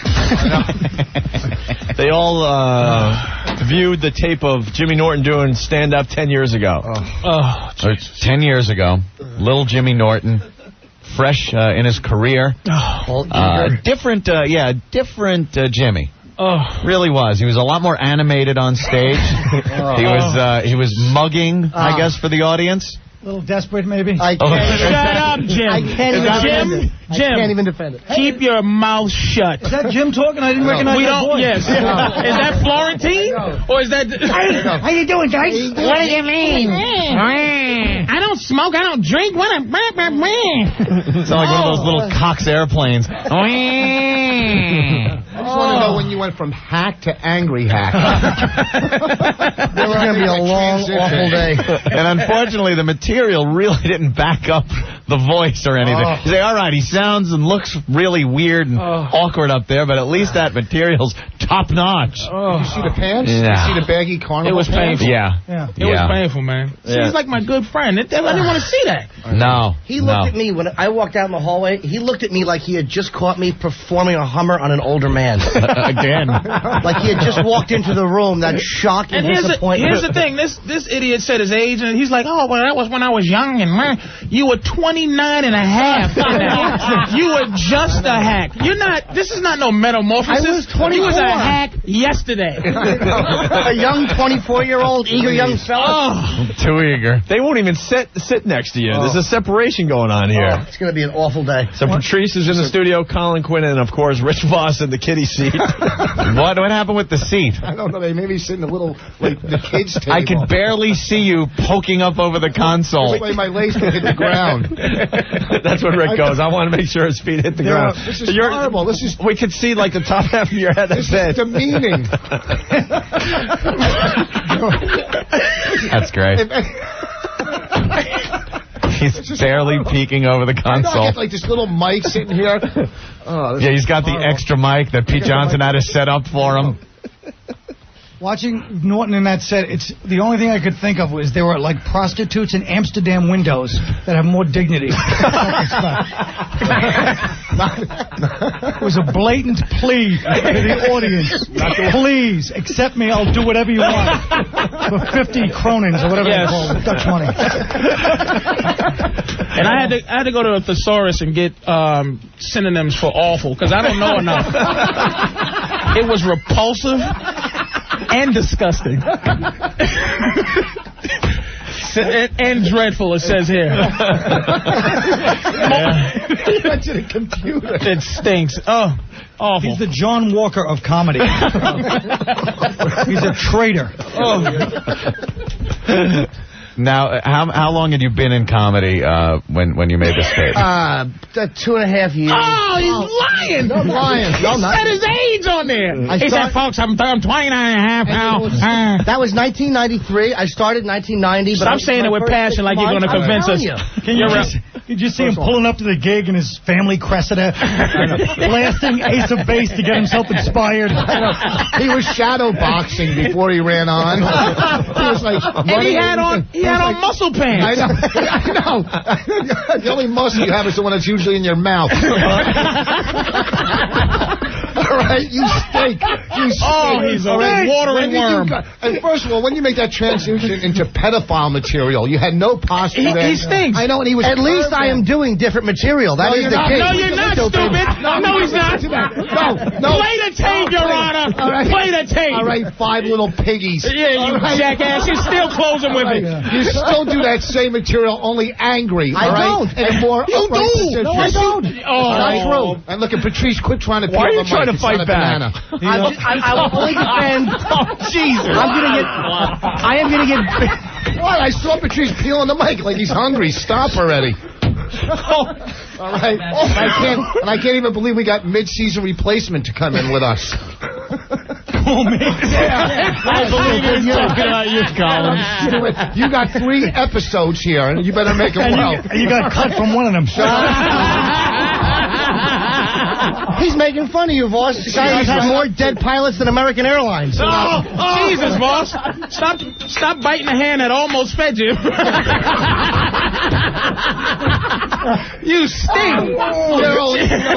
You're just a mean person, Patrice. You fell out of a tree as a kid. Now let's get the tape going. But you did a skit for the Colin Quinn show? No, not that anybody saw. And what was it, though? It was kind of a good skit, but it went too long. The problem in it was you. You're awful. Shut up. It was well written, and is there any way to edit out Vos and keep the skit? No. Well, sure. I mugged on stage like you mug now in audition. You're awful. I know I am. At least I stopped bugging my eyes out when I was 24. And the saddest part was me pleading with the other guys, leave it in, because I knew it was like Vos's first break in like 20 years. You know what the sad thing was? The night they were playing it on TV, we were at the Cellar, right? I was with my littlest daughter, and we're down there, and I go, oh, look, Daddy's going to be on the show tonight. And we're sitting by the bar, and she's eating like ice cream and a brownie, and the show's going and going. All of a sudden, I don't see me, and the kid's like, where are you? Shut up, kid, and eat your ice cream, right? Who's ice cream and brownie? Huh? Who's ice cream and brownie? I didn't get that one. I don't know, but who's the quiet kid over here? That's Steve Nicole. He's not allowed to talk until Jay Moore calls and says it's okay. All right, Mike, you can talk now and plug more sports. You know, your tape is so awful, even Jay wouldn't steal some of that material. Oh, man. I knew he was happy because he walked out drooling more than normal. Well, we got like, I don't know, 10 segments from the tape. 10 clips. 10? Jesus. So, 10 jokes. 10 segments. Oh, we got 14. 14? With the closing enema joke. Oh, it's it's dreadful. Although dreadful. It says here dreadful. To be fair, he really deconstructed Ring Around the Rosie, though. I know. We were some political stuff. We were watching the tape and Carrot Top walked out. Oh, that hurt. Everybody wanted to go. Even I wanted to go with you on that one. That was almost okay. Just sit back and take it. How many clips have we been through already? None. Oh, yeah, none. Every joke they're telling, I'm looking at the clock. Oh, good, 5:06. We didn't plan anything else for today's show, I'm a Jim. dead man. You're done. Yeah. So it starts out with a little joke about a bad hair day. Now his voice has changed. Why did you do this yes, voice? Please explain. Thank you. Why did you do this voice? I'll tell you why. Because I was bombing all the time because I was opening up filthy. And so people told me, you got to be more likable. And I'm like, okay. That's likable? Whoa. Which is your real voice? This one or this other one? This is the way I talk, stupid. That's the way the other one is the way you... That was such a high energy... He was right. It was a desperate... I can't even defend it. It was a desperate... Please love me character. Hey guys, I really believe that was his Alvin and the Chipmunk right here. I know. It's a character, like he wasn't up there. Yeah, you know what? It was you. It was me trying to be likable and make a lot of faces. So it was abominable. I have no defense. Yeah. It was the. I can't defend it. I truly believe the Norton now is the fake Norton. Yeah. You think that's the real guy? I think that little worm and the thing. That's what he really is, a true victim. Hey, everybody. He created this voice to sound raspy and evil. Yeah. That other one is the real Norton. Baggy guinea pants. And I have no defense. Dice told you to change your voice. Yes, he had to. Yeah, I think it was bumped around the high school halls. That was the real Norton. When I was watching that tape, we felt like black people feel when they watch like Al Jolson tap. You can't talk until you wipe the sweat under your hair. I thought that would be funny on TV, stupid. Hey, wait a minute. And no one will see you there, will they? Wait a minute. Keep it up. Wait a minute. I have to. I'm about to be slaughtered. Yes. I want you to do everything else in a likable voice from now on. I don't want that angry voice. Do that. Go ahead, Alvin. No, I'm not going to do the voice. It was Do the awful. voice. Hey, you almost had it there. Come on. Pretend you're still living at home. Do the voice. Come on. Hey, can I jack one on your back? Hey, come on, whore. How much? $3.50. That's pretty expensive. Alvin! Oh, he stinks. I'm a dead man. You are squirming. All right, let's play the first joke. All right, here. Listen to the sounds of Jim Norton. How many years ago? 10. 10 years. How you guys doing?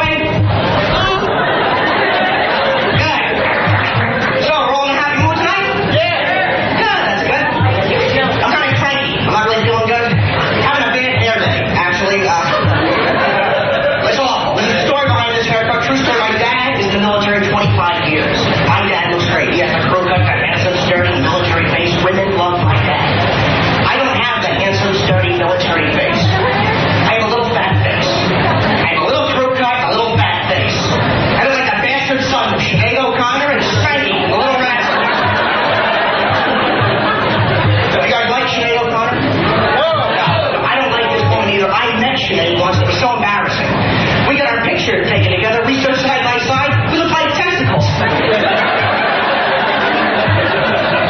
And Governor Florio was there that night, and he came over and stood right between us. Why did you cut off the applause break? A little political reference. Governor Florio. Look, he's getting... Hey! We look like testicles. What club are you working? The Helium Comedy Club? All right? Jesus Christ, a bad hair day. What, it fell off of somebody's unit onto your face? That's a bad hair day for you, faggot. The Helium Club. I know. Welcome to the Helium Club, and now for our first hack. In the 80s, Coke. Right. In the 80s, it was Coke. In the 90s, it was helium. Hey, folks. Oh, man. Wretched. Wretched, that's one. Wretched, good word. Instant feedback. Sounds like the voice when a black comic tries to impersonate white people. When they do that, Hey, look how I walk. I walk all funny because I'm white. Oh, he stinks. Yeah. And he's making gestures like, you ever see the King of Comedy when Rupert Pupkin does a set? Oh, yeah. And that's the thing. People have to see like what he's doing. You know he would practice that in front of the mirror, and his mother would yell, "Jim, time for dinner." I'm practicing. Ma! Got a big gig at the Helium Club. And when he left that night, he high-fived the whole family. Wish me luck. It's Rascals. That was one of my first sets of Rascals on the big stage. Right? And one stupid, lonely friend and him just drove in together. Doing like bits from like movies at that time, like Wayne's World jokes. Like swing. Steve, what's going on, Steve?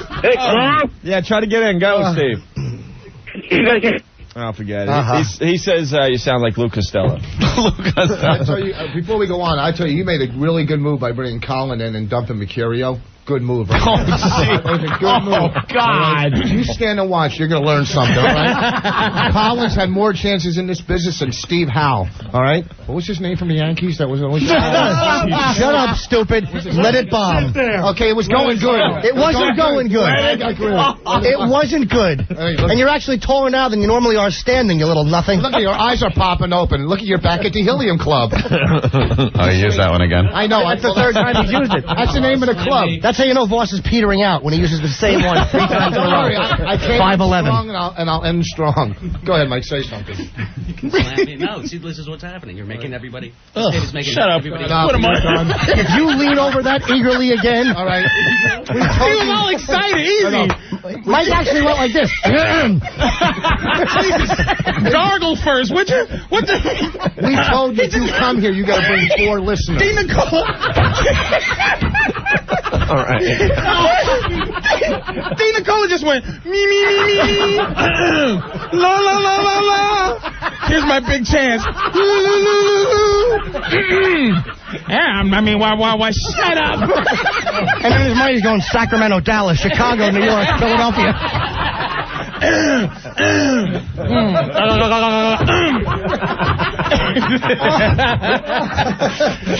Jesus, dry mouth, shut up. Get him some ginseng or something. What the?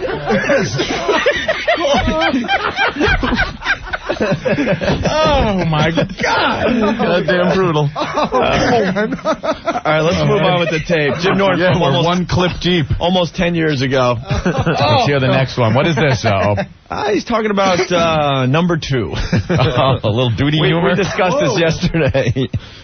I'm a weird kid, man. I couldn't hang as a kid, I think, like everybody did. Did you get any change in your clothes when you were a kid?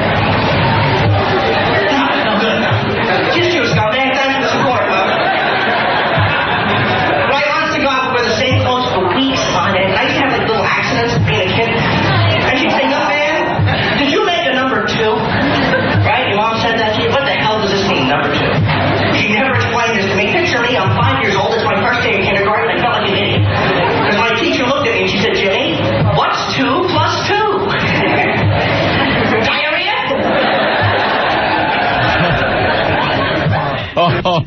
Did he actually tell the crowd, picture this?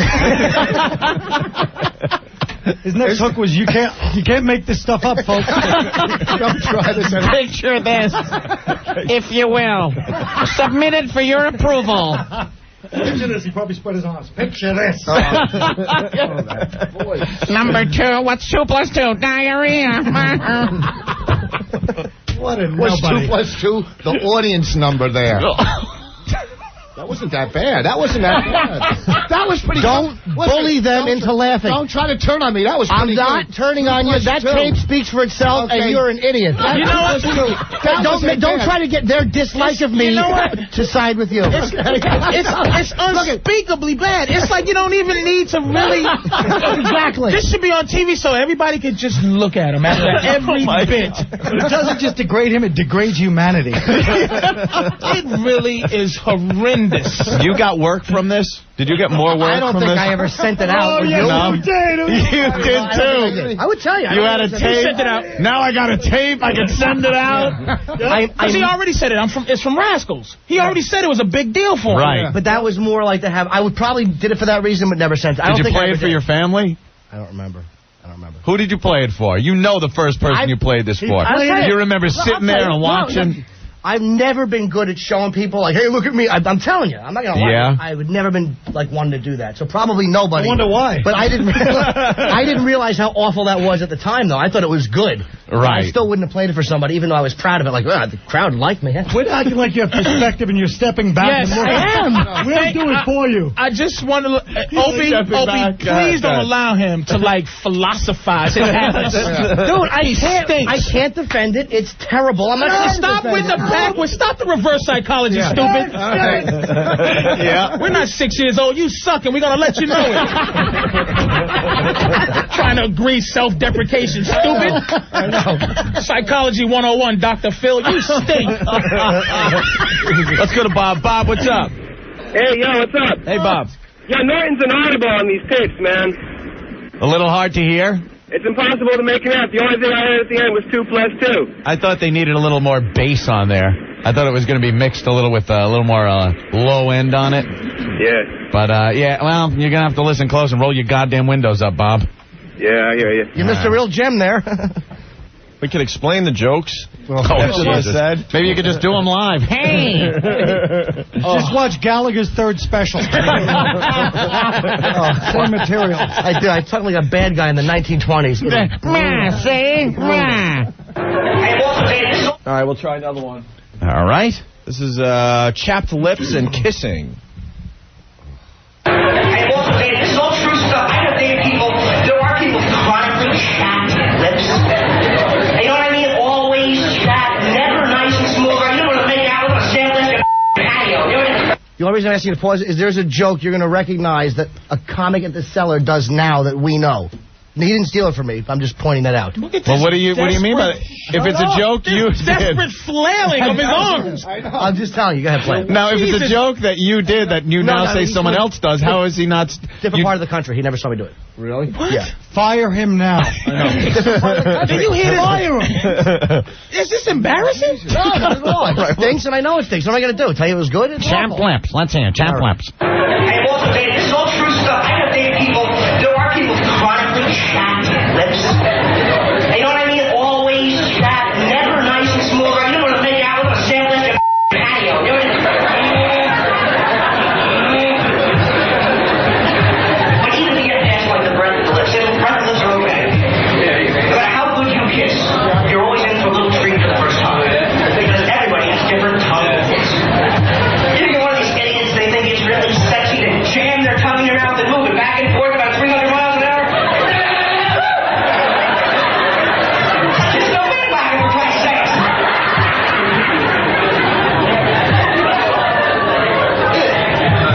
And the worst one, I mean, those people what you do is you step back, you go in carefully, you collect yourself from the worst one, we all know at least one from a horrible date. Give me one of those people, when they make out, they don't use their tongue at all. Demonstration for you. First, it's very awkward, right? You can't believe me like this.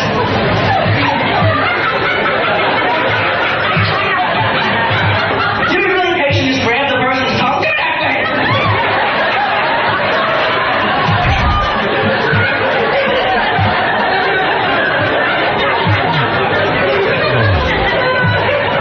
Is his job secure enough here where he feel comfortable playing this? I was enjoying it, though. You have to say that. I didn't hear any lyrics. They were? What are you talking about? They were all true stuff. It's hard to hear, right? What was the bleeped thing? Probably a curse. Well, I assumed that. But wait, you still do about people ramming their tongue in their No, I your mouth. don't. That's absolutely not true. Then you stopped it 2 weeks ago. No, that's not true. Did you do like a little visual thing Oh, of people yeah. kissing with tongues out and? Yes. How about when he goes? Yeah. How about when he goes? You know those people that always have chapped lips? No. It does not resonate. What is that?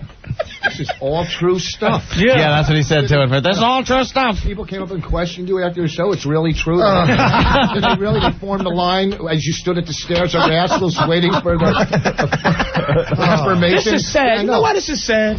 You know what the whole sad thing is? Right now, he's doing the same type of stuff, Mike. Who, Dean Nicola? Yeah, I mean, right now. You know what I'm saying? Oh, that was mean. Hey, John, what's going on? I just wanted to let the listeners know that if they turn down the bass on their own stereo, Norton will come in much clearer. Much clearer? Turn Much down clearer. the bass? Turn down their bass. It's all the background noise that's making him hard to hear. Turn down their bass and it'll come in much clearer. And also, if they Thank you, scumbag. Also, if they Hey, no doubt. cars, All right, it's John. a lot better. It's hard to hear. Are you able to hear it? I'm able to get enough where I know what he's talking about. It should have been run through a little processor and EQ and. Really? Yeah, they cleaned And it it's up. still all tinny though. There's a video camera in the back of Rascals on a table. Yeah. Still could clean it up. Did you bring a camera crew in with you? Like you brought like three people? No, stupid. I didn't bomb on television like you did. I just did shut this up. before I ever Look got at to this. TV. You know, Look at this sweaty little worm hoping that the audio's so bad you just stop it. No. No, I brought it in. I knew that was I'll going to dub the voice like a Chinese movie if I have to let them know how bad you suck. All right, let's move on. A little joke about Star Trek here. Oh, Star Trek humor. Yeah, this is a crowd. Oh, it is? Yeah. All right. You know, so a lot of ladies go out to like Chippendale, see guys with big muscles, really long muscles. You get me, baby. How does that feel?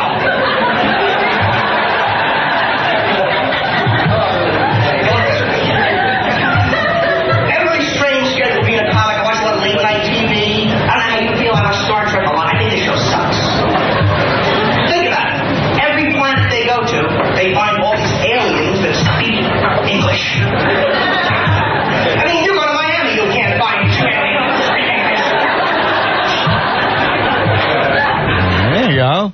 All right, a little alien English joke. Oh, that was funny when Paul Rodriguez did it in 1980. Oh. Did he do that? I didn't know that. How come the professor can make a radio out of a coconut, but they can't fix the hole in the bone? Star Trek, they go to the alien planet, they speak English. Leave Voss's first 10 years in the business. I guarantee he did both those bits. Guarantee. Did you, boss? I never did a Gilligan's Island. You never did a Gilligan joke? Because you weren't clever enough to write one. My old tape is 10 times funnier than this old tape. No, it's not. Yes, It's not. It is. It's not. Absolutely not. You are just so deluded. I know this is the worst thing. No, That's I know the thing. mine was bad. No, you don't. No, I know Norton mine is was- admitting he stinks. Yeah. Voss will never admit that was all. Boss is still sending Because that it tape out. Because you were an older man and you were on television. You had children when that tape was done. No, did I? Yeah. Yes, you did. Yeah, stupid. Somebody had to point at the TV and go, "That's my father on television." Shut up. I'm aware of how awful mine is. There's nothing I can do to defend it. I can't. Hey, Kenny, what's up? Hey, what's up, guys? Hey. Yeah, if you turn down the volume all the way, Norton's actually funny.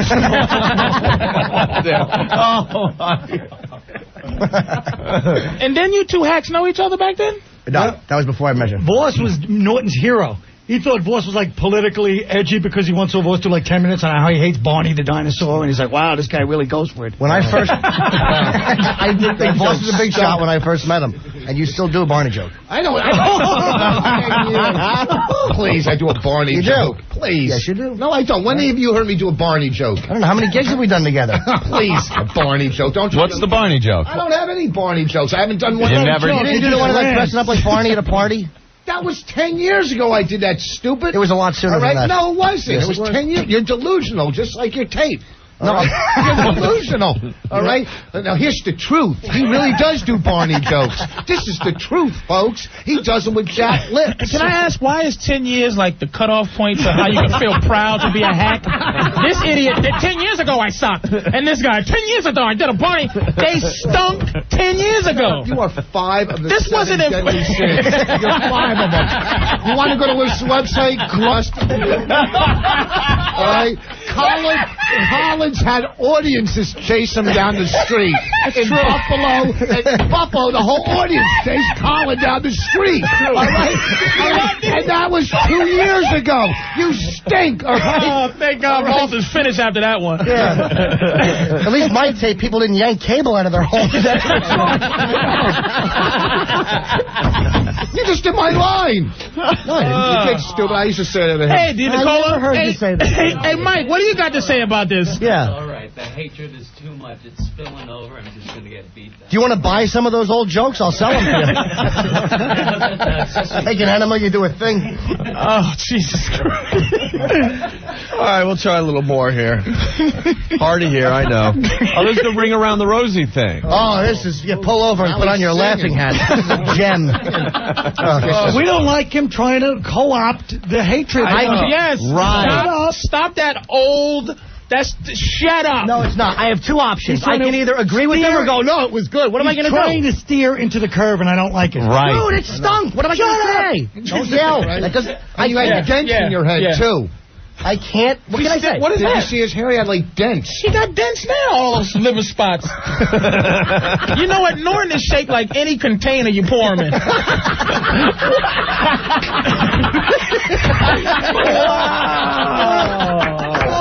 Oh, man. Oh, that really bugs me.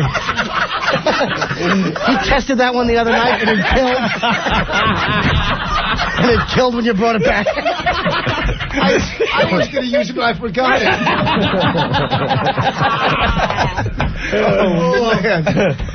All right, let's give this a try. I think we're all weird as adults, just my opinion, because what we hear as children. Right? As kids, you all sang the song Ring Around the Rosie, pocket full of phones, and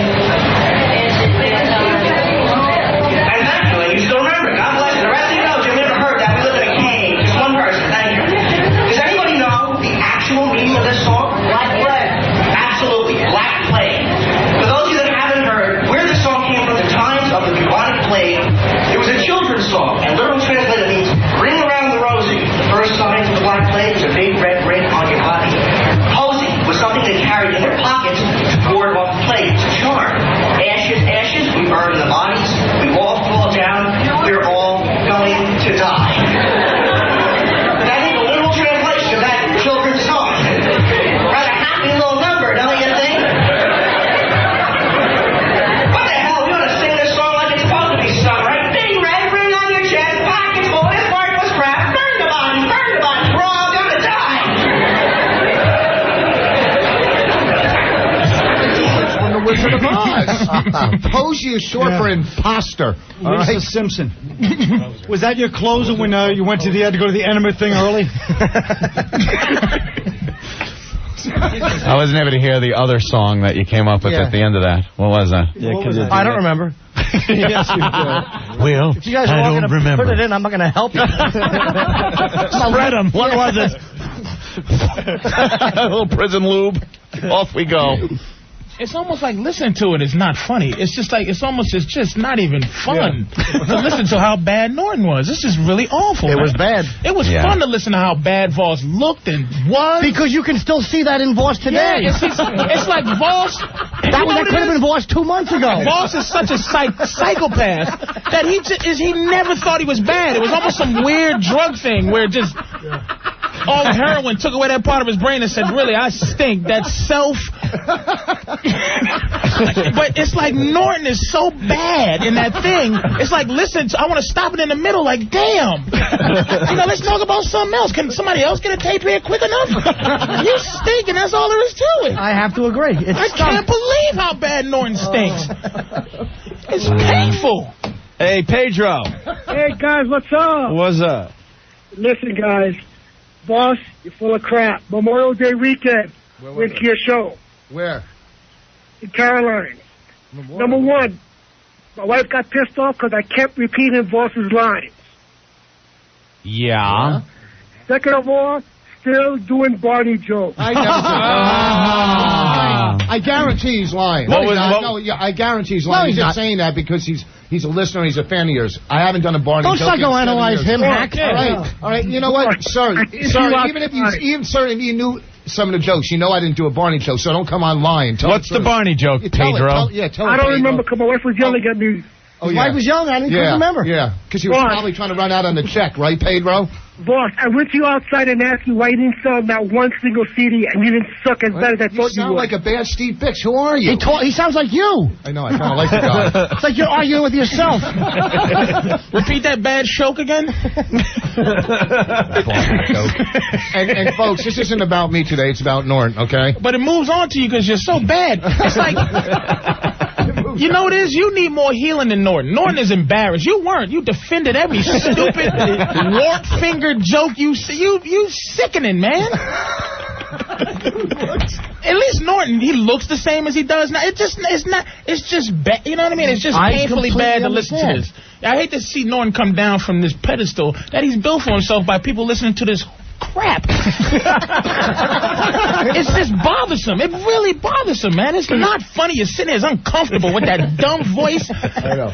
I'm trying to look cute. Shut up! That was you victim. You was robbed and beaten when you was a kid.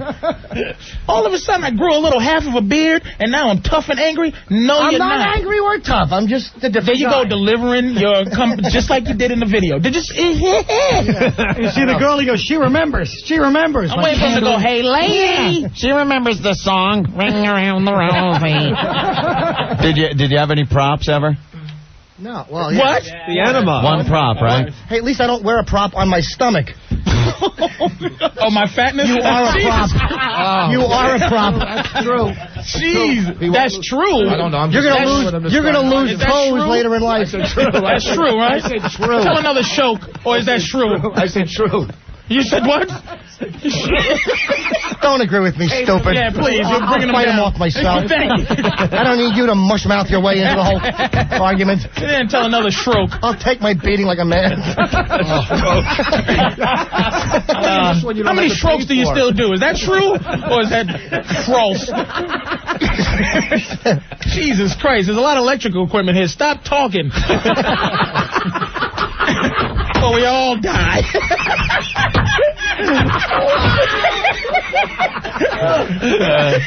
Jesus Christ.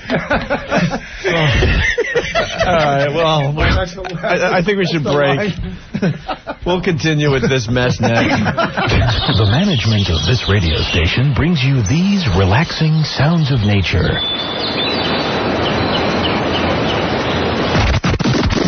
Now, Opie and Anthony present the sound of someone eating glass.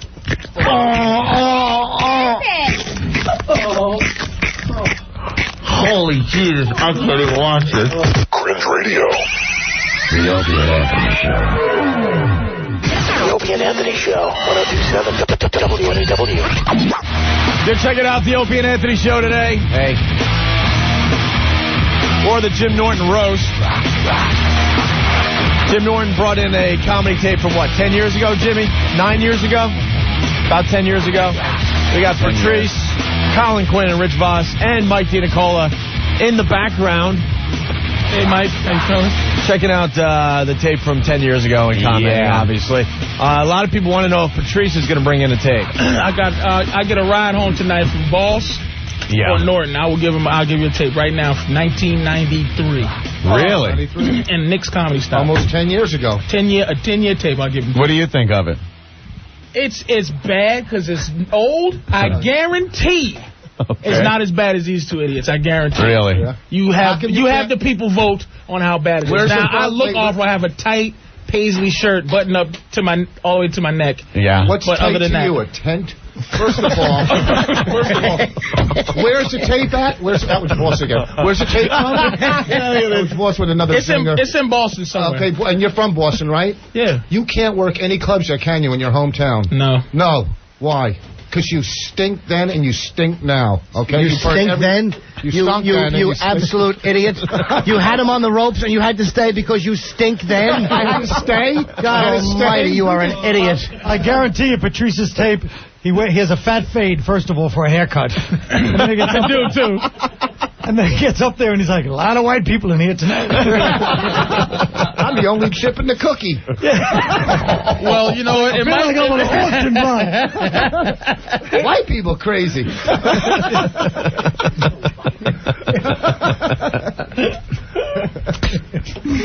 Okay. All right. Hey, Boo Radley, you want to say something? Oh, what is wrong with you? Do you have Down syndrome? Why is he here? It's because Norris is doing extra work somewhere. He's got a lucrative mini-wheat career going. Yep. Mike, if you do talk into the mic so everyone can hear you. Yeah, don't be shy. Yeah, Mike, what's going on with yourself? Realize this because he doesn't get a lot of stage time. Here, that's the mic. That's the mic. Hey, Mike, the sound goes in. All right, here's how it works, Mike. The sound goes in. Come see me next Thursday through Sunday at Caroline's. You'll see how a mic works. Thursday through Sunday at Caroline's. Mike, he can't hear. No one can hear you. Go ahead, Mike. Say somebody. Walk me across the stage so I know how it feels. Oh, God, you just brought this to a dead halt. Wait, let him talk, man. Opie, can he talk? Can Mike talk? Jeez. Stop with your little fingers controlling his microphone. Yeah. Mike, Boss, get the crowd back. I love you. You love me. I'll make you get the crowd back. Yeah. All right, we're going back to Jim Norton's tape. Stupid. This is all about Jim Norton today. Right. I'm enjoying the infighting. Yeah, I know you are. We didn't forget about you. I know you didn't. All right. Forget about your parachute pants. No. Here's a bit called Dating and Bad Breath.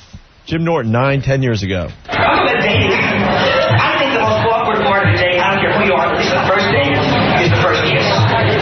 Like, the first kiss with a new partner is always terrifying. Because you don't know what to expect. Right? I mean, you can get it for a while with somebody. You're going to somebody with really bad breath. You know what I'm talking about? I don't mean breath that's a little bit bad either. I'm talking about hot, sour breath bad enough that you go.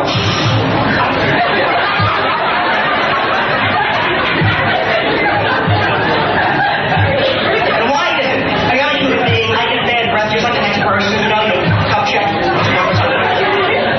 Some people, we all know at least one friend that always has bad breath. And never knows they have it. You know what I'm talking about? It's disgusting. And it seems like the worse somebody's breath is, the closer to your face they have to talk. They have to give everybody swabs, 2 cups of coffee, a couple of cigarettes, blah, blah, blah, blah, blah. Blah, blah, blah, blah. I wasn't much of a writer back then. Oh, I guess you're talking about your breath as you're leaving the meatpacking district. District. There's a T at the end of that word, dummy. Shut up, you said district. District?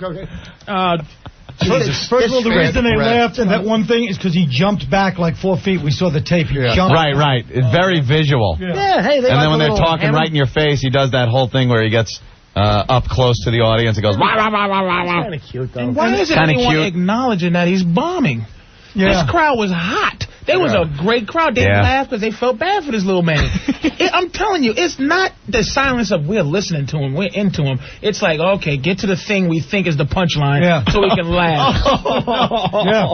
He's eating his little nuts. You hear him on he's munching. You know what I'm talking about. Yeah, you know what I'm saying. Relate. You were doing that set, you were thinking, I'm going to be back working at the warehouse next week. Weren't you thinking that during the set, right? We used to work at the warehouse. This is going nowhere. I'll let you say it again. Repeat it, stupid. It's always funnier the second time around. Shut up, no instincts. Oh, he's got to hold them back. You got me on the ropes, and you just have to drool on me and let me out, you dope. Well, my breath doesn't stink, does it? Or my lips chapped. For real, folks. I'm not lying. Some people really have bad breath. It's all part of Jim's oral hygiene hump. He just sat in the mirror. He goes, "What's funny about the mouth? I'm going to write about the mouth today." Anyone have incisors? Your whole act is about body fluids. 2 + It really 2. is. Yeah, I noticed that. It's all body fluids humor. Which culminated in the Big Norton AIDS thing now. I know. It went from body Thank fluids God for to AIDS. body fluids. Thank God for AIDS. Yeah. Huh? Hey, Rosie O'Donnell, I'm going to smash you in the head with a case of AIDS. I hope you know what? I hope you get stabbed with a pencil with AIDS on the tip. Come on, AIDS. Well, I'm going to be on edge and talk about AIDS, right? It's like cutting God. I'm bond with him. What's with this Christopher Reeve guy? Jesus, he fell off a horse and hit his head on a block. AIDS. Where did that AIDS come from? Oh, Jesus. One of your relatives sleeping with a monkey. Whoa. That's it. That was evil. What the Jesus, herpy hands. What? Jesus. Don't run there, you go. And I'm really tired of Colin Quinn being accepted with this look like he just came from Woodstock. Look, I don't like his stupid Kevin Costner hairdo either. You're not hip, you 49-year-old man. You're not starring in No Way Out, schmuck. I can hear your joints tightening up now, Captain Arthritis. Stop sitting here cool.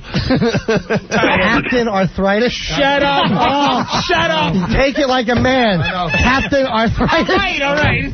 Oh, my God. At least he didn't sing it. How do you let him off the hook? You're an awful dummy. He's stupid. Thank God for this This is how dumb Vos is.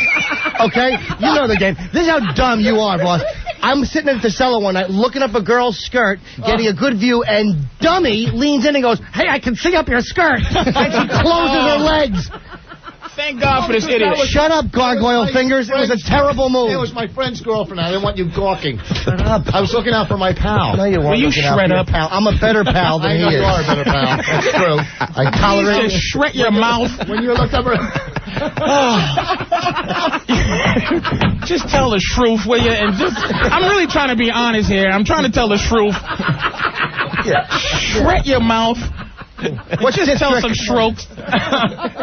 Hey, Mark, what's going on? What's up, guys? What's up? How are you? Hey, I got to come to Voss's defense. He doesn't use Barney jokes because that show wasn't on TV when he wrote his jokes. True. Ooh, that wasn't true. That wasn't bad. That timing, that would have been good. All right, back to the tape. Oh, boy. This is, you were ragging on one of the audience members? Oh, working the crowd? I would improv a little. Working the crowd. Let's try to hear this one. Dating is very awkward. Does anyone ever really do date, like a first date or first month dating? Who's on it? Yeah. You were the rehab, I like it. Oh, thanks, lady. Do your job. How's your attitude? Trying to be friendly, jump all over the Oh, the nerve of me. She's trying to have a conversation. What night thing? Sorry to interrupt. I'll put this boogie right on you, lady. I really wasn't able to even catch what the hell was being said on that one. Nah, I feel like I'm Captain Death. Oh, my God. He's trying to have a conversation with you while you were doing your comedy? I don't remember. You don't remember? No, it's something I really don't remember. It was she might have been. I don't. You know. That one was really hard to hear. Yeah, very hard to hear. Oh, damn. We could have Sounds blown like that one Edward off. G. Robinson. It does, doesn't it? Just have faith in the joke. Don't ask it as a joke, you jackass. Just say it. Don't say, doesn't he kind of, like if it's incidentally funny, you schmuck. He's going to start calling us folks. Hey, that was hard to hear, wasn't it, folks? Yeah. Why don't you just point at Rick and ask him what he does for a living, you zero? I know what you won't be doing tomorrow after this tape. Oh, it's all on me again. You stink. Everything I say, stare at Your me. strokes ain't funny. I did that one already. It's not on you. Yeah. Let's listen to your dumb tape. Come on, we can talk again. Quiet, Sergeant Hey, do you want to say something? It's making everybody worse. I know. What happened? Who's this? What's that, Captain Crew Cut? I'll do it for you. Oh, Jesus, Captain Arthritis. I really apologize. Tim, what's going on? Hey, Norton. First of all, gentlemen, good afternoon. Norton. Yes, sir. Who the hell recorded this rerun when he was taping the Doobie Brothers and what's happening? I'm waiting for the popcorn. I'm waiting for the popcorn. It sounds like I'm waiting for the popcorn crunching to start. Get some real tape, man. Dude, it was a tape I made in, I'm really glad that one just kind of went by the wayside. That was awful. See how I acknowledge it and I don't... Well, no, just say it. Those are the eyes popping out again. Dude, it was a tape on the back of a table at Rascals. It wasn't a professionally made tape, obviously. Why don't you bring the camera a little closer to you? Why did I do any of that material? I mean, what are you asking me? That's the obvious question. Why? Yeah, I'm criticizing the technical why didn't you have of this. better audio? It was so bad the camera quit the business. How bad is it? That's pretty good, though. It wasn't. That's pretty good. The camera quit the business. Jesus.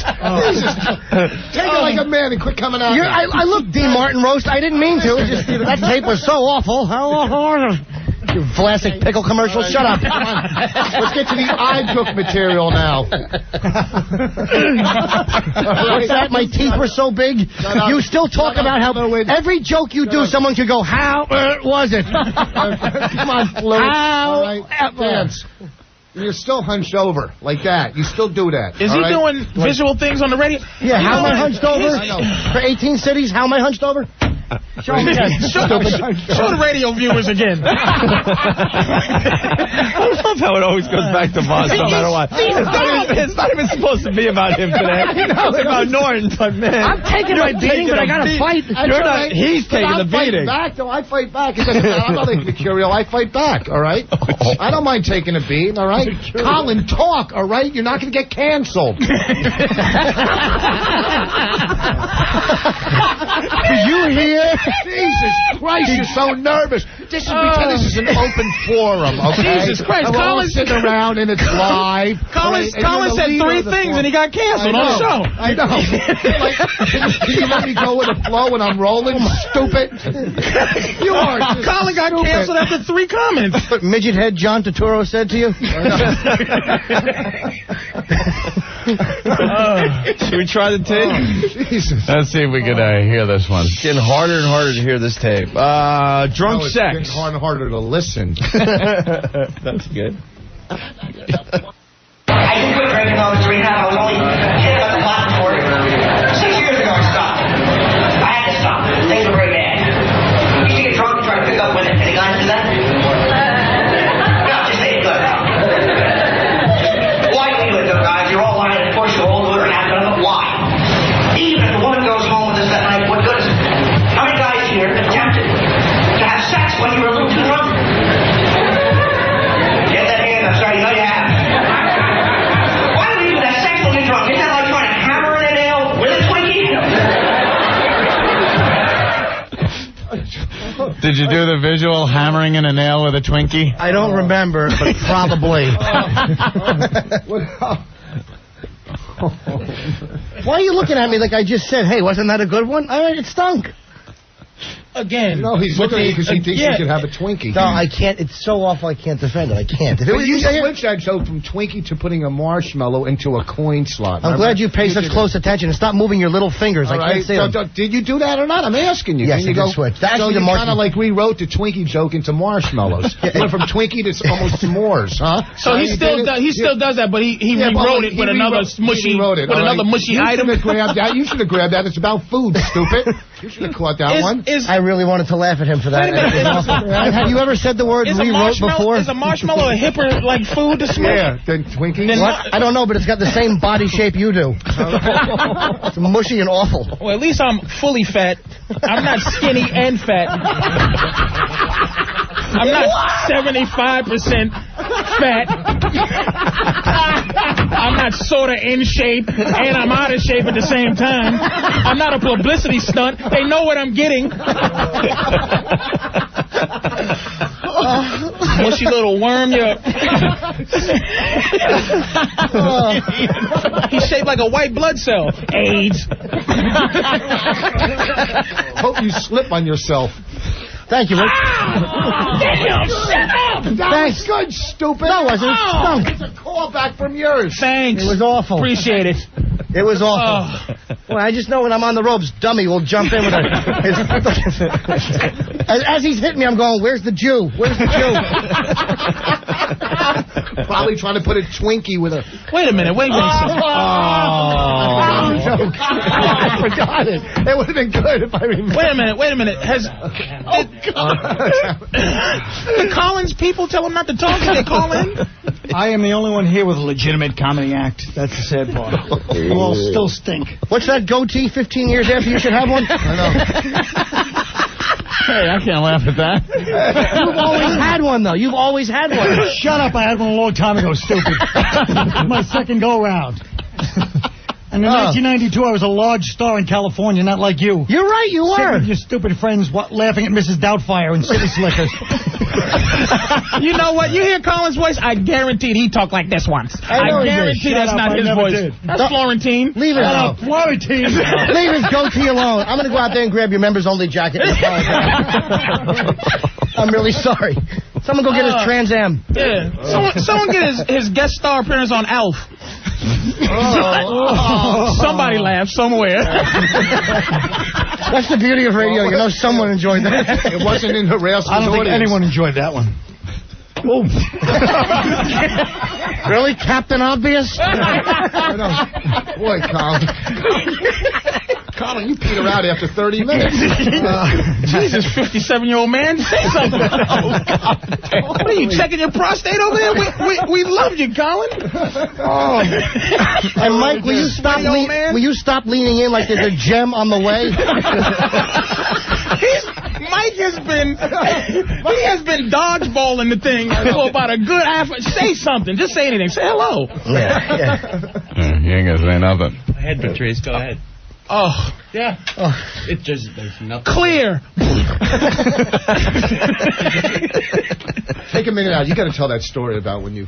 in Montreal. Was that the funniest story in the planet? No, it wasn't. Stupid. It's hilarious. No, it wasn't funny. Yeah, it was very funny. Yeah, for comedians it was. We enjoyed it. Not for anybody else who's not just getting hammered. Well, I was asking a really... I know the story. Vos could say the funniest goddamn thing a lot of them. ever. I said a lot of and them. everyone would just stare at him and call him stupid That's right now. Right.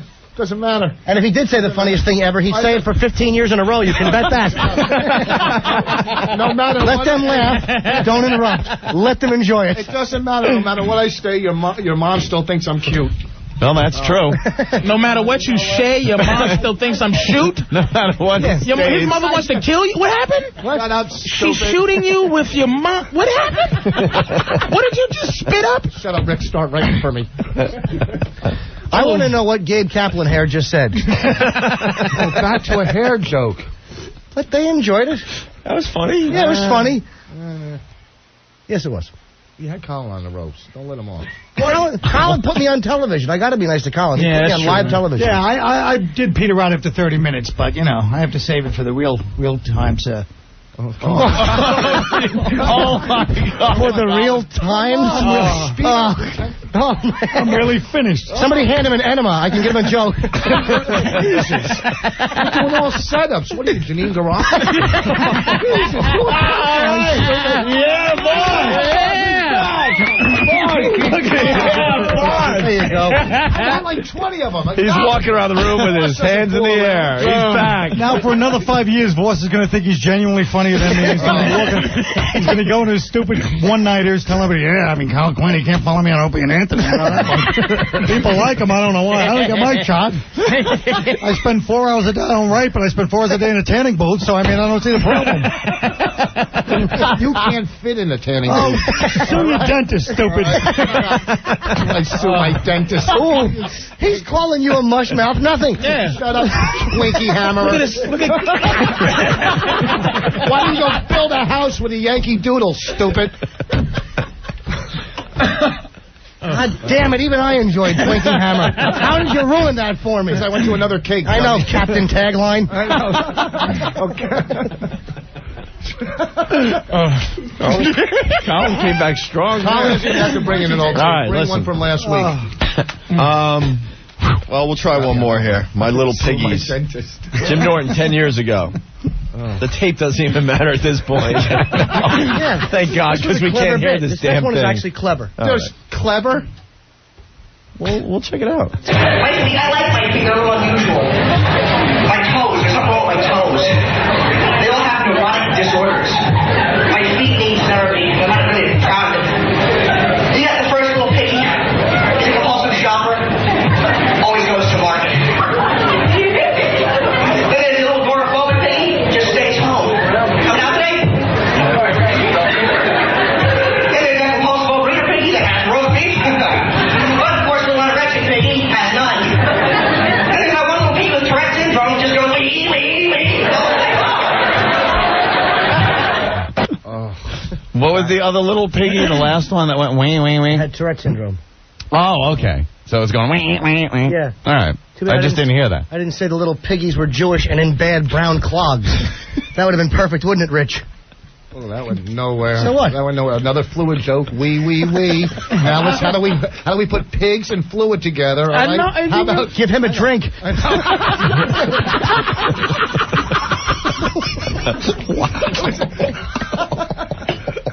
Wee, wee, wee. 5 little piggies. Oh, did you take your shoes off for that and hold your little feet? Did you hold your little feet in the air? That would have been good. Did you use that high voice when your uncle touched you as a kid? Yeah, 5 little piggies. That was pretty funny. Your voice stinks. And he just consolidated all his fluids into AIDS. I know. So I know.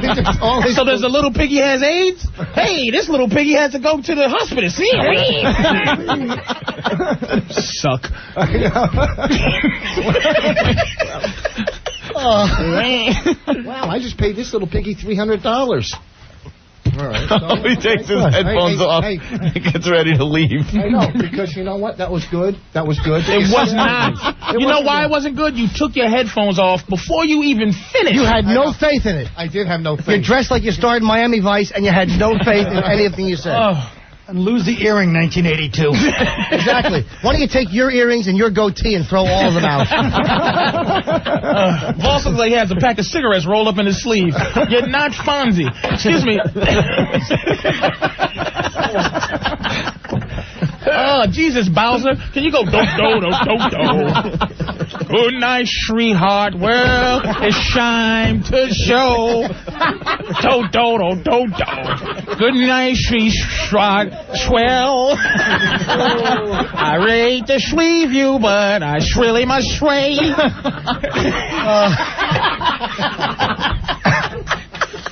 Oh, man.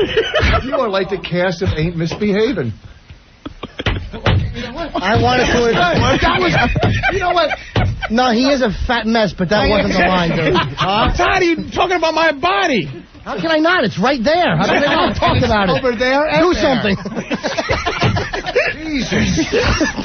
Staple your kitchen.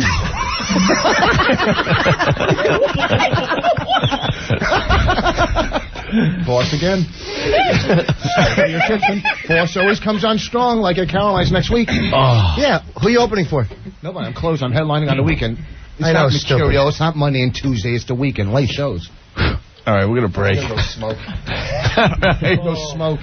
We'll wrap this thing up next. Stay there. Opie and Anthony FU line is there for you when life sucks. Sucks to be me. Call anytime.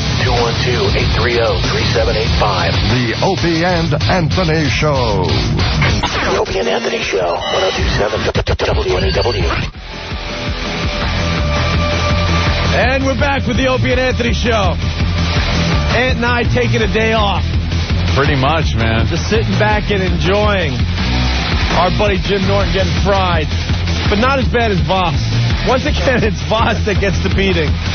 Even though it was supposed to be about Jim Norton today. Doesn't matter. Jim brought in a comedy tape from 10 years ago. Yeah. We got Patrice in the studio, Colin Quinn, Mike DiNicola, Rich Vos, all critiquing the tape live on the show. Running through it and, seeing what it was all about 10 years ago for our little Jimmy. With his high-pitched little voice. Please like me. Please. You can see how good he's gotten. When, Jim? It's just, I would have an easier time defending. Like, I have tapes that are awful from years ago. Yeah. But that, like, you can kind of see, like, well, he still does that kind of joke, and that would be even harder to defend. Do you do the voice, though, no. in the earlier tape? I don't know if my first tape I didn't. I was bombing. I was too mean, so I tried to be likable. That was my idea of being likable. That was it, huh? I didn't know. That was gonna do it. Yeah, I'm on my way. It sucked, but I'll say those pants made everybody in the audience know you were too legit to quit. He's wearing the Hammer pants. I don't like the way he referenced Hammer just because they peaked at the same time. Oh, that's dirty. Oh, that's dirty. That's dirty. Oh, low blow. Damn. Colin's enjoying it. All right. You're playing Red Bank. I was helping you out with a plug there, Jim. Oh, thank you. Yes, this August 10th. I have to give the number 732-842-9000 for tickets. August 10th, the Count Basie Theater. Okay. All right. 842. Jim was trying to decide that night. He wanted to wear his torn jeans, but his old man was like, he couldn't sneak out with them on. He's like, we don't pay money, so you have torn pants, Jim. Oh, yeah. That was horrible. No, it's always good to do characters. I know. Why don't you pretend DiNicola's Nick DiPaolo so you feel comfortable next to you? Jesus. All right? Because that's the only time you can go.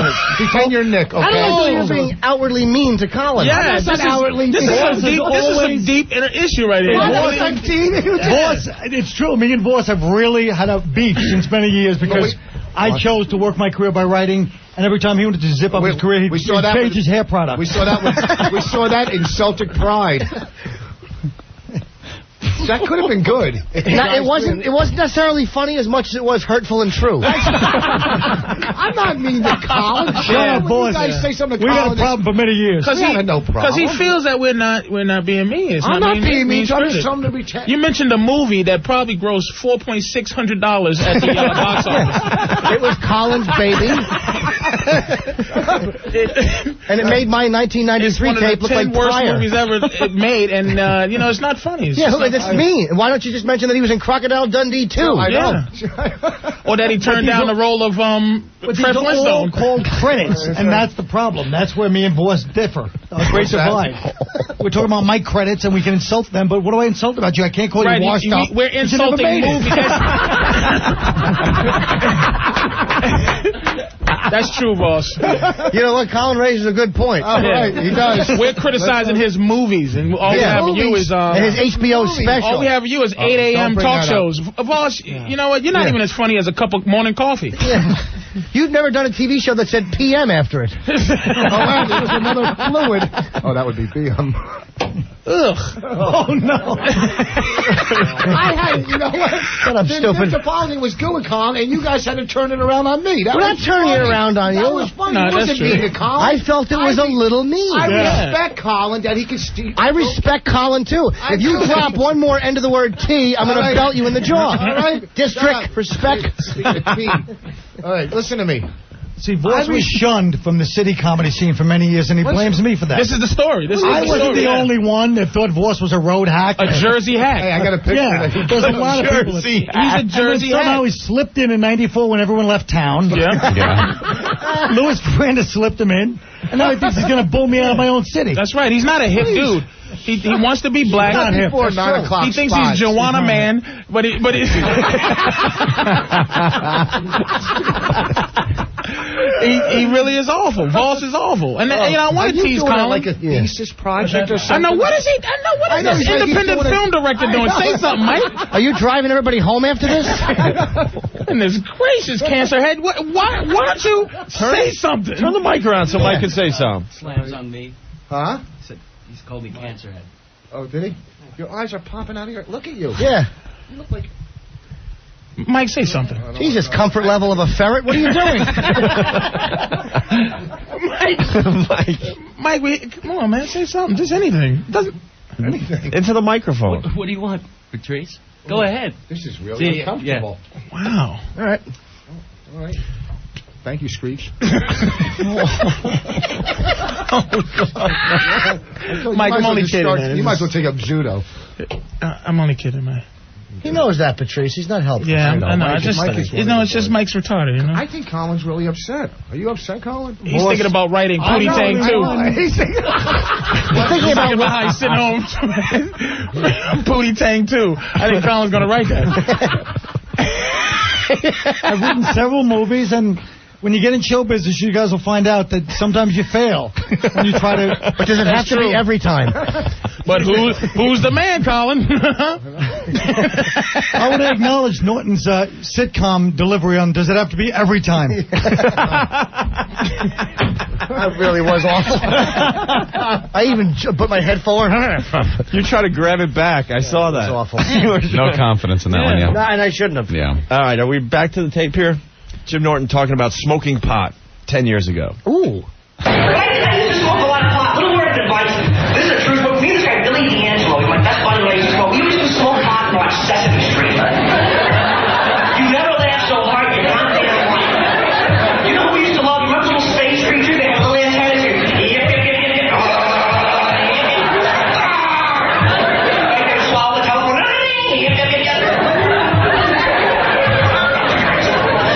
All right. That is the one joke that I've still done recently. That's really? He's still doing. He does that. No, I don't. I do it only in colleges. What? In the college. What? The College of the Comedy Cellar? Comedy Cellar U? I seen you do it last week, you liar. NYU students go in there, so he's counting that one. I don't like Jim's candor. That's the only joke I see. He's like a politician. No, here's the joke. What college do you work? PU University? Because you stink. If you said PU, it wouldn't have been as bad. Don't bail him out. That's a great line. When Patrice said it to Eddie If. I know, but I stole it. You can't even steal right. PU University. It's PU. What's the difference? I never even heard Because if it was PU, it would be PU University. You redundant, which means again, ass. Vos is really dumb. Oh, my God. Wow. Vos is a funny guy, and the reason he never made it is because he's dumb. He's really funny, but he's too stupid. He's retarded. You really are. He's the only stupid Jew I've ever met. The dumbest. He's like Masawi. He just doesn't know. It's like, hey, plead guilty. No. Yes. What? Huh? Halfway through that, everyone knew it just wasn't working. PU University. Oh, you really it are was just dead silence. Stupid, not smart. But let's talk about Norton's Billy D'Angelo, his good friend Billy D'Angelo. And him who smoking smokes pot. weed? Yeah. That was I could just see that was your one nerdy other friend in high school, and you guys used to and you wouldn't have to confront your bisexuality. I was asleep, and the other guy would fall asleep. The other guy would... Yeah, trying to be real. Dig it. You wake up, I don't know what happened. Good night, see you. Billy D'Angelo, get him on the phone. He has some stories. He was my friend. He used to grow pot and we would smoke it. That's true. All right. That's true, folks. Folks, I'll tell you, that's the only joke I'm still doing. I assure you. No, I'll tell you why I said that. Because I saw Dummy getting really happy on my right foot. He still does that. He still does that. So I'm like, you know what? I'm going to cut him off. He caught me banging his girlfriend. I'm going to confess. You're not going to guess what I did. We're going to blow off the Michael Jackson joke. What is it? I don't even remember it. I don't know. It's long and... Did a Michael Jackson one? Yeah. He did it all. You want to try to listen to it? If it's long, no. Do the enema. The enema is What's after Burger King drive-thru? We'll go to My First Date then. All right. I had a very bad experience today. This is a true story. My first date, I was 16 years old. I found this girl. I liked her so much. I get to the door. She says, well, before you go out, come on upstairs. Meet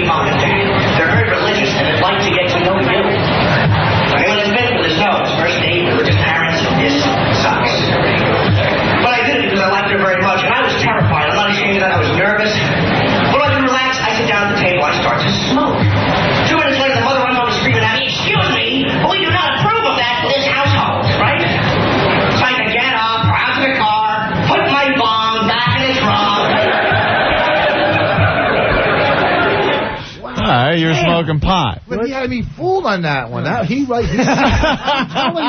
telling you, you went that way and then boom that way. I'm telling you, had the bong. Whew. Oh.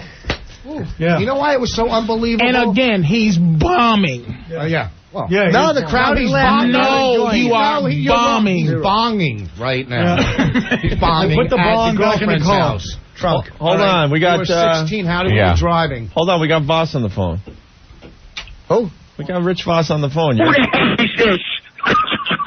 You people don't have as many credits as I have, you stupid freaking hacks.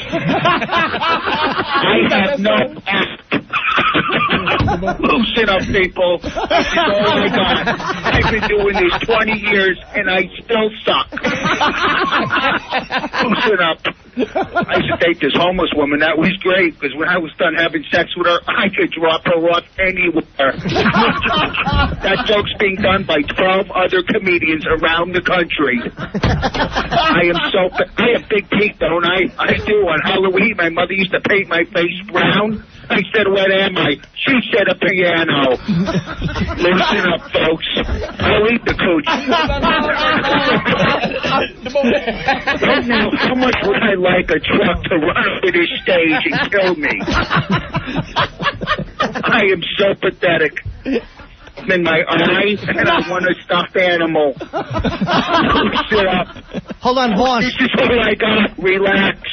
I'm not politically correct. I never was. I was young. They used to say, sit Indian style. So I used to grab a bottle and lay by the curb. Oh, man.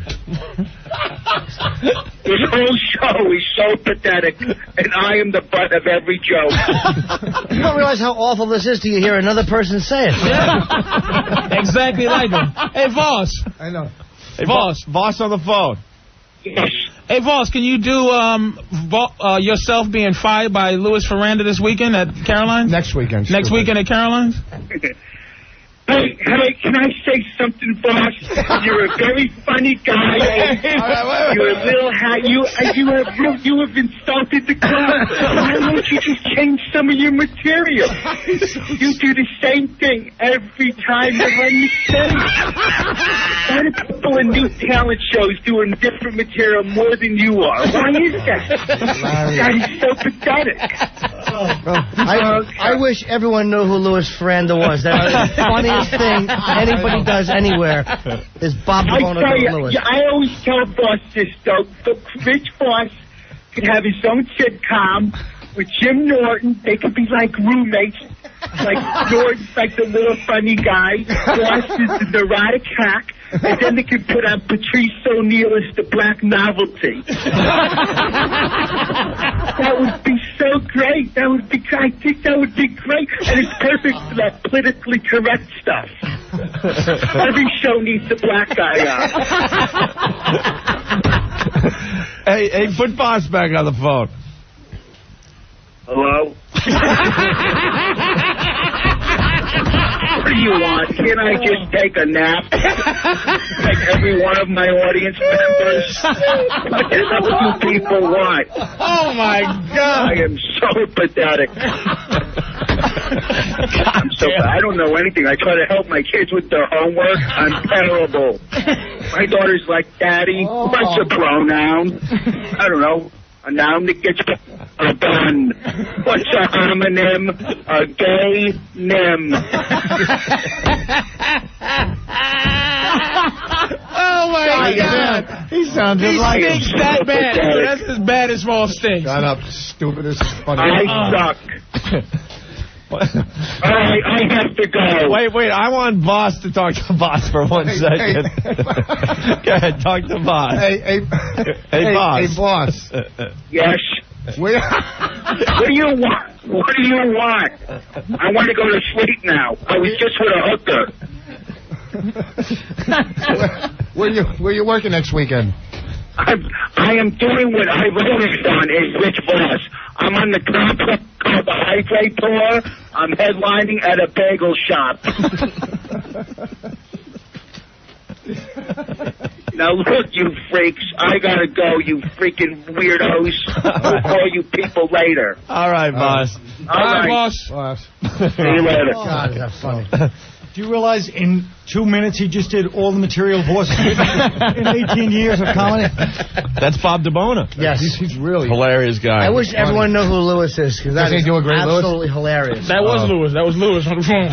I know. We got to get Bob in the studio when you're here. He's hilarious. His phone was a little crappy, but that would be hilarious to hear both you guys at the same time in studio. Why did he pick you to do an impression of? That's dead on. I know. I'm a big act. I'm a big act, is that it? Around town, you know. That kills all over 280 West. Shut up, boys, and let it finish. Yeah. Don't interrupt Colin's laugh. We were enjoying that one. That highway with an audience behind you. That's it. Sip the empty can, stupid. Take a sip. There's nothing in it. It's empty. Have another swig of timing. Go ahead. Empty cans. You're not Dean Martin, you jackass. Song I'm putting on my girlfriend's table. You're not Dean Martin. You're not Dean Martin. Absolute nerve of you. What did you say? You're not Dean Martin. Look the way you confidently drank that as it was bombing, and there's nothing in it. Nothing. Think you're bombing like a man. Airy hack. Keep drinking empty sodas, jackass. Nerve of you. You're not Dean Martin. Yeah.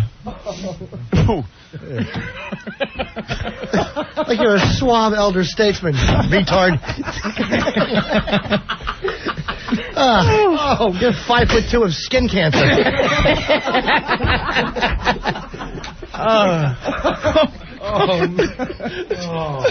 Yeah. That's perfect. I'm pounding on this one. Cocky little sip. And it was just slobber, but it sounded like he was drinking. He was drinking his own spit. Jesus, boss. He quenched his thirst with his own tongue. Hey. Oh, Jesus. What cactus tongue? Go ahead, say it. There's nothing in it. Put it down, stupid.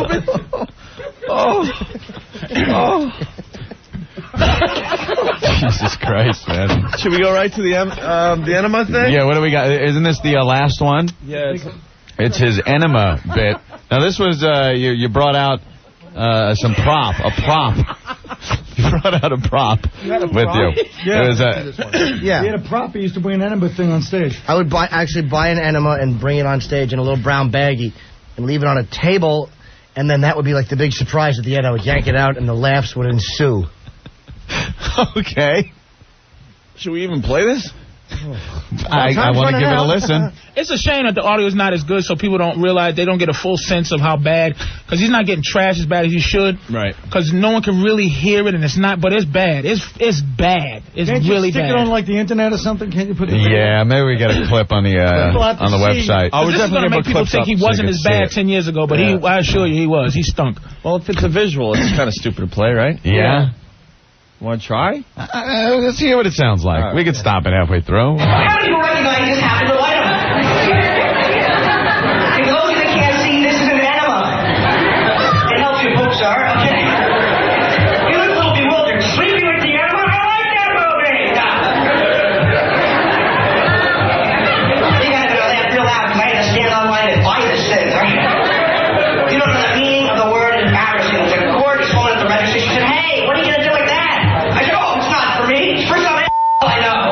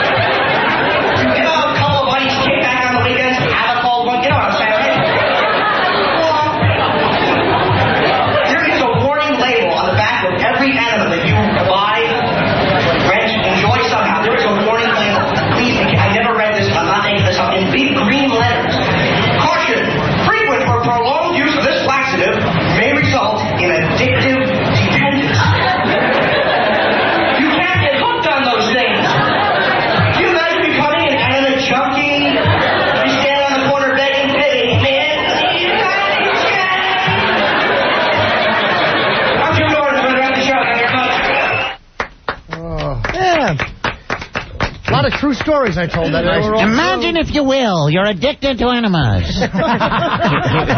At least imagine. That was awful. So you went around and you had the enema out, and did you squirt it and stuff? No, but I did. You can't see it, but I drop it at one point after I announce, in shocking everyone that it's addictive, I drop it. Oh, is that what it is? Like, get it away from me. I have an addictive personality. Billy D'Angelo play with it later. And do you see his self-analysis, like, right now, as if he's... Like amazing now? Yeah. You're not that far. Blah, blah, blah. You're not that removed. What's the name of the funny movie, though? Did you hear the one that... Sleeping with the enema? Did you hear that? Did he say that? Yeah, Did that Captain Clever? That was fantastic. I did say that. Clever. Yes, dressed like a Haitian. I did say that. Jim got off easy today. He really did, but because of the audio. No, everyone heard it. I'm just not going to... I admit it stinks, and I'm not going to get beat up by 3 dummies that are fighting back. Shut up, Paul Pandering. There's 4 people that were attacking you. No, there was 3. Dino's like, no, I wasn't attacking, please. No, you're right. I was standing here. The three, and a buddy. All right. But there's directions really on the back of an enema? Is that kind of like on the back of a shampoo thing? Yep. Is that the same? Yeah. On the back You know what? Norton updating switched it. Marshmallow Twinkie. I know. And enema shampoo. I don't know anything on shampoo. What?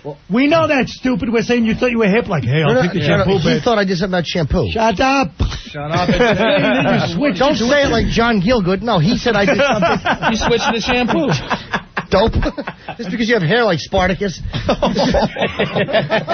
Wrong actor. It was still good. All right. Well, we got to wrap this up. Oh, man. That was hilarious, guys. Hilarious. Are you guys going to sell that? Thank you. We're going to put some clips up on Foundry Music. Oh, yeah.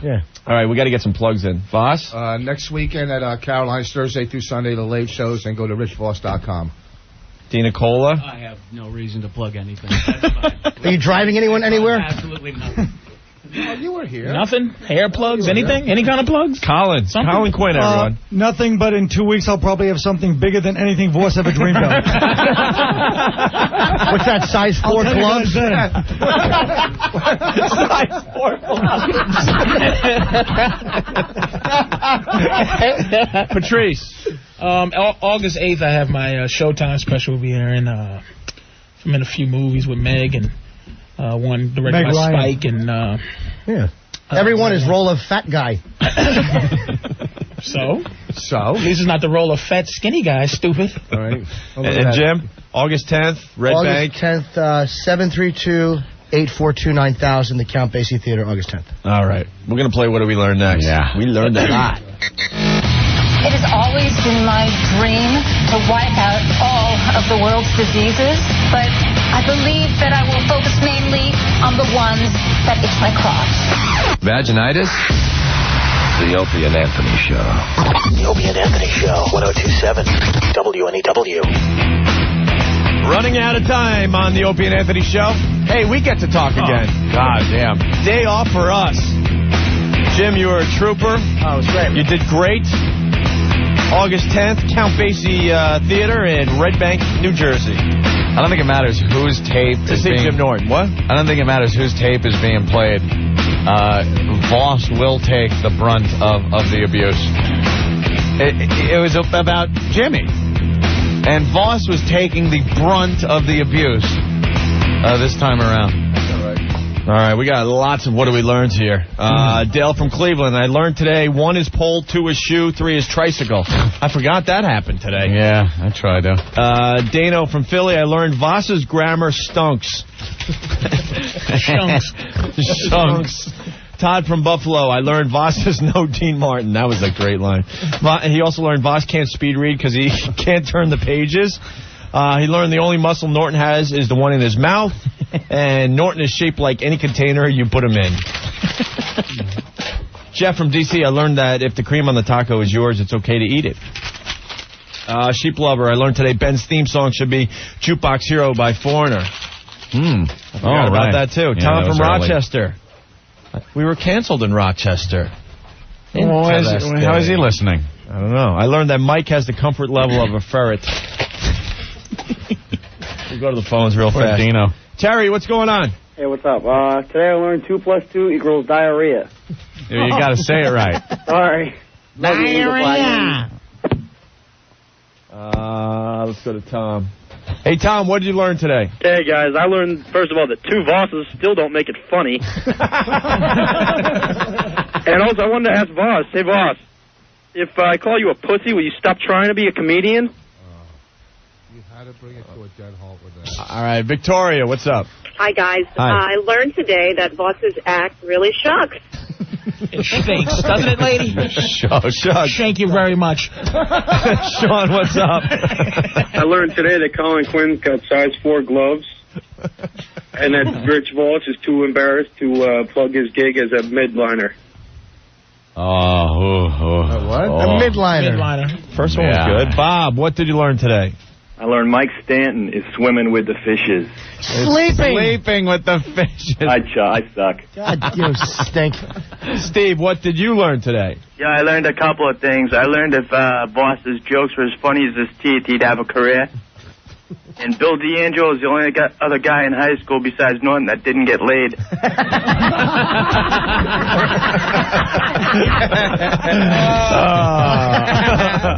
Very good. Mark, what's going on? What's up, O&A? Hey. I learned that Norton is fat skinny, and I learned how Hershey really makes the Mr. Goodbye. Very Love good. you, Love you, Pooh Bear. Bye, Angel. Love you, Carl. Love you, Rich. I think we're out of here for today. Oh, wow. Time flew. Once again, thanks, guys. Yeah, guys, great. Thank you again. Thanks, guys. Thank you very much. Thanks for having Did me. Norton get you? Yeah, he got you. He knows he got me, too. I'm tired. I've just been sitting here watching. Oh, and? No. All right, we'll do it tomorrow.